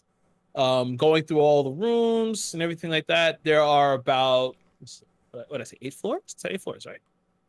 There's 8 floors, 20 rooms per floor. That's a lot of kids. It is a lot of kids. Well, we could turn you all into an army. What do you think, Elliot? And I could be the leader. Yeah. Are there even this many That'll do. orphans to be had? Then we could take over the city. It might not be only a place to look after the kids. It might be a place we can use as an office. It might be a place we can use for ourselves. It might be a place we can use for other operations. Let's see how Sorry. generous Mr. Off Tissing top. is. Go. Off topic, but I just thought of something. So if the next victim is where I think it'll be, obviously the killer has all of these locations planned out.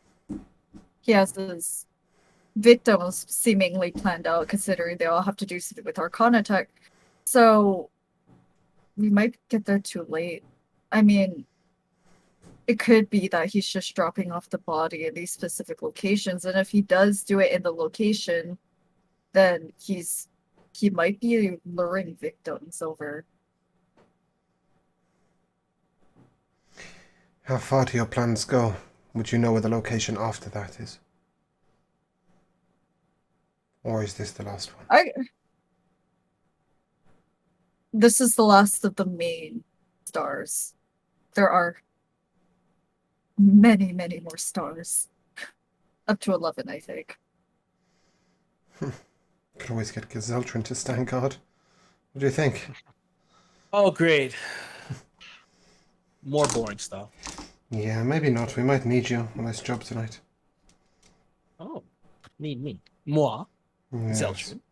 Well, yes, because we're not doing anything diplomatic and instead guarding somewhere where we may need to shoot back. You'll be incredibly useful. Okay. It's only what I suspect, though. I have no idea. Out of character, because Yave would never suggest this. We could always use the orphans. But,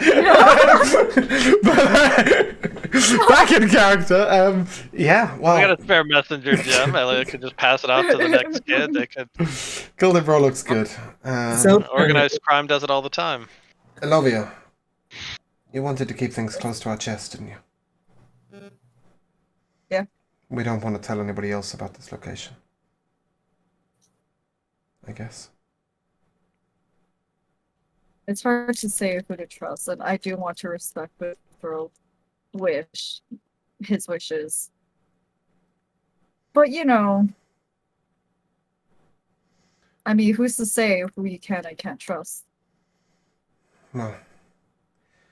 If we warn authorities, we might be warning the killer. We might just have to take the risk that it doesn't happen tonight. I'll work on it. Let me go grab the calendar for my printer. And, Most of the murders have not been that frequent and that close together, so if there was just a murder, we likely have some time before the next. we can hope. Zeltrin, if you don't want to stand guard by yourself, you could ask Esmeralda to chill with you. Who's Esmeralda, Zeltrin? Oh my god. You think you can? It's a pussy he pays for. Oh, you think I could confide in a god, and this is what they do? Was that a You secret? pay for a cat called Esmeralda? Yes. Was that Yes, a I do. was that a secret? No, Not anymore. Oh. but I told you that in confidence. So you didn't say that. You just said it. You never said don't tell anyone. I'm not going to explain every nuance. Never mind. We're not gonna make it to the next person, to the divination place. I don't want to rush this. There's too much and it's too interesting, and we've got to go and talk to Tierslin, and yeah, we're gonna have to cut it soon. Is this a good place? There's one thing left. Okay. So, as you guys are, Another level up. We did in the middle of the session. As you guys are driving, Brashin, It's a 23 intelligence check. give me a perception check, Bastion. Excellent. Don't you dare run someone over. Ain't got the time to deal with that. Oh no, we're gonna see the blue-eyed guy again. Maybe. What'd you get? 14. 14. As you're driving, passing down the street, heading back to the Lohang. You turn to the left, and you see in the alleyway a single blue eye watching you as you pass by. And that's where we'll end. All Dun dun dun. I'm gonna make a note and huge exclamation point. Hit brakes. Whip Yui. Whip you. Whip a Yui. Definite Bastion terminology. Whip a Yui. Well. Hang on, we're gonna whip a Yui. Hold on. Well, we come to MVPs. Oh, Well, MVS, most valuable situations. We'll go to Rakan first. I think. I mean, there were so many good moments, as there always is. But I think I'm gonna have to give it to Elovia, but we really know it was just Levy. Figuring out the constellation puzzle. Yeah, I don't think I would have ever thought of that. So, yeah, that was pretty great. Nice. Great. Good job, Lobby. Yeah. And who do we come to next? Lobby. Alright, I'm gonna be honest, I am so proud of myself that I think I'm the MVP. Rightly so. I am so proud of myself that I figured it out in such a short amount of time. Honorable mentions because I'm always number one. I would say seeing Zeltrin and Rakan interact, not necessarily with like the more explicit things, but it was just funny seeing them like talk about gods, like, you know, Zeltrin being like, I don't believe in gods, and then going right around and being like, the gods did this. It was good. Yeah. Bastion. Yeah, Lavia figuring out the map. With an honorable mention of her just going into the fortune teller's shop and saying, "Do this for me," and then just being pissed off. Like, Yeah. No, he was I brilliant don't today. need you. He was You so can't shocked he forgot Yeah, to you can't produce the result I want. Yeah, yeah. I was happy about that too. That we got out of that pay. He sounded so smug too, which made it all that more satisfying. He was supposed to. It's just like, oh, come back. Welcome. It seems that you want my services. And James. A few honourable mentions. The Rokan Zeltrin sitcom continues to be wonderful. The figuring out of the map was definitely great. I know that Lavi absolutely cracked me up at some point in the show when we were talking to Hayden Lawrence, but I can't remember why or what she said. Oh, she did like a dry laugh, like, Oh, the dry laugh! Good. Oh, that was brilliant! I do a dry laugh. Like, that was brilliant. That proper cracked me up. But one moment for me eclipsed everything else by a fucking million miles, and that was the play. Oh, I mean, just that was up the fuck here. It was, and also, like you say about Lavi working out the map, but if she's correct, putting that in place as a DM, like that's some next level layer thinking, puzzle making cleverness. So yeah, as always, Kira. I can't say anymore. No, I know you can't. But as always, I think the players were great. But my MVP is always Kira in this campaign. Thanks. Because the world is just edible. It just is. I'm sitting there like, guys, you need to get to this fucking city. Get to this fucking village. But it's just, I mean, I don't care. You guys are doing a whole bunch of stuff. But I also want to get to... All right, next time. There's so much stuff. Oh, I know. We haven't seen a combat since episode 2, and no one gives a shit. We're building a fucking orphanage. Get over it. Got the hospital to go to. We've got to see the diviner. We've got to work out the killer. We've got to, million things. There's kids disappearing, man. I know, like. I know Josh wants to get to combat though. It's just like. Oh, we all do, but we also don't. Like, I'm gonna just like just there is combat around. It's just I'm gonna hit a guy with a car. You guys have bitten onto the intrigue part, which is great. But like you guys have like skirted. I'd like to say that we've have we? I feel like we've bitten on everything we've seen. I mean, you have, but like you guys are working it out in such a methodical way. Sorry. Because like, no, it's perfectly fun, which is what I want. I want intrigue. I want people to figure things out and start to build things and figure it all out. But like I've also had combat set up, and it's just like, you work it in a methodical way that you don't get there, which is I like it. You find another way of getting around it. Yeah, it's fine for me. No, I love that. There's just so much to do in this world. I mean, I mentioned it a couple of times as a joke in chat, but I could do Cassiopeia 2, 3, 4 times a week, and I'd be very happy. Like, it's so beautiful. So we come to your MVPs. Well, my first thing is, Lavi, do you approve of the case file? It was a lot easier than I expected, if I'm gonna be honest. But I did love it. It did make me feel very successful. If it makes you feel any better, I could have had it for a month and not gone near that. Well, okay, what makes it easy is because I was expecting a constellation, because the sky is just a constant theme. Yeah. So, and I hate the fucking sky, so I feel like you really planned that out. Yeah. Well, fuck the sky. Go ocean. But anyway. Go ocean. I love it.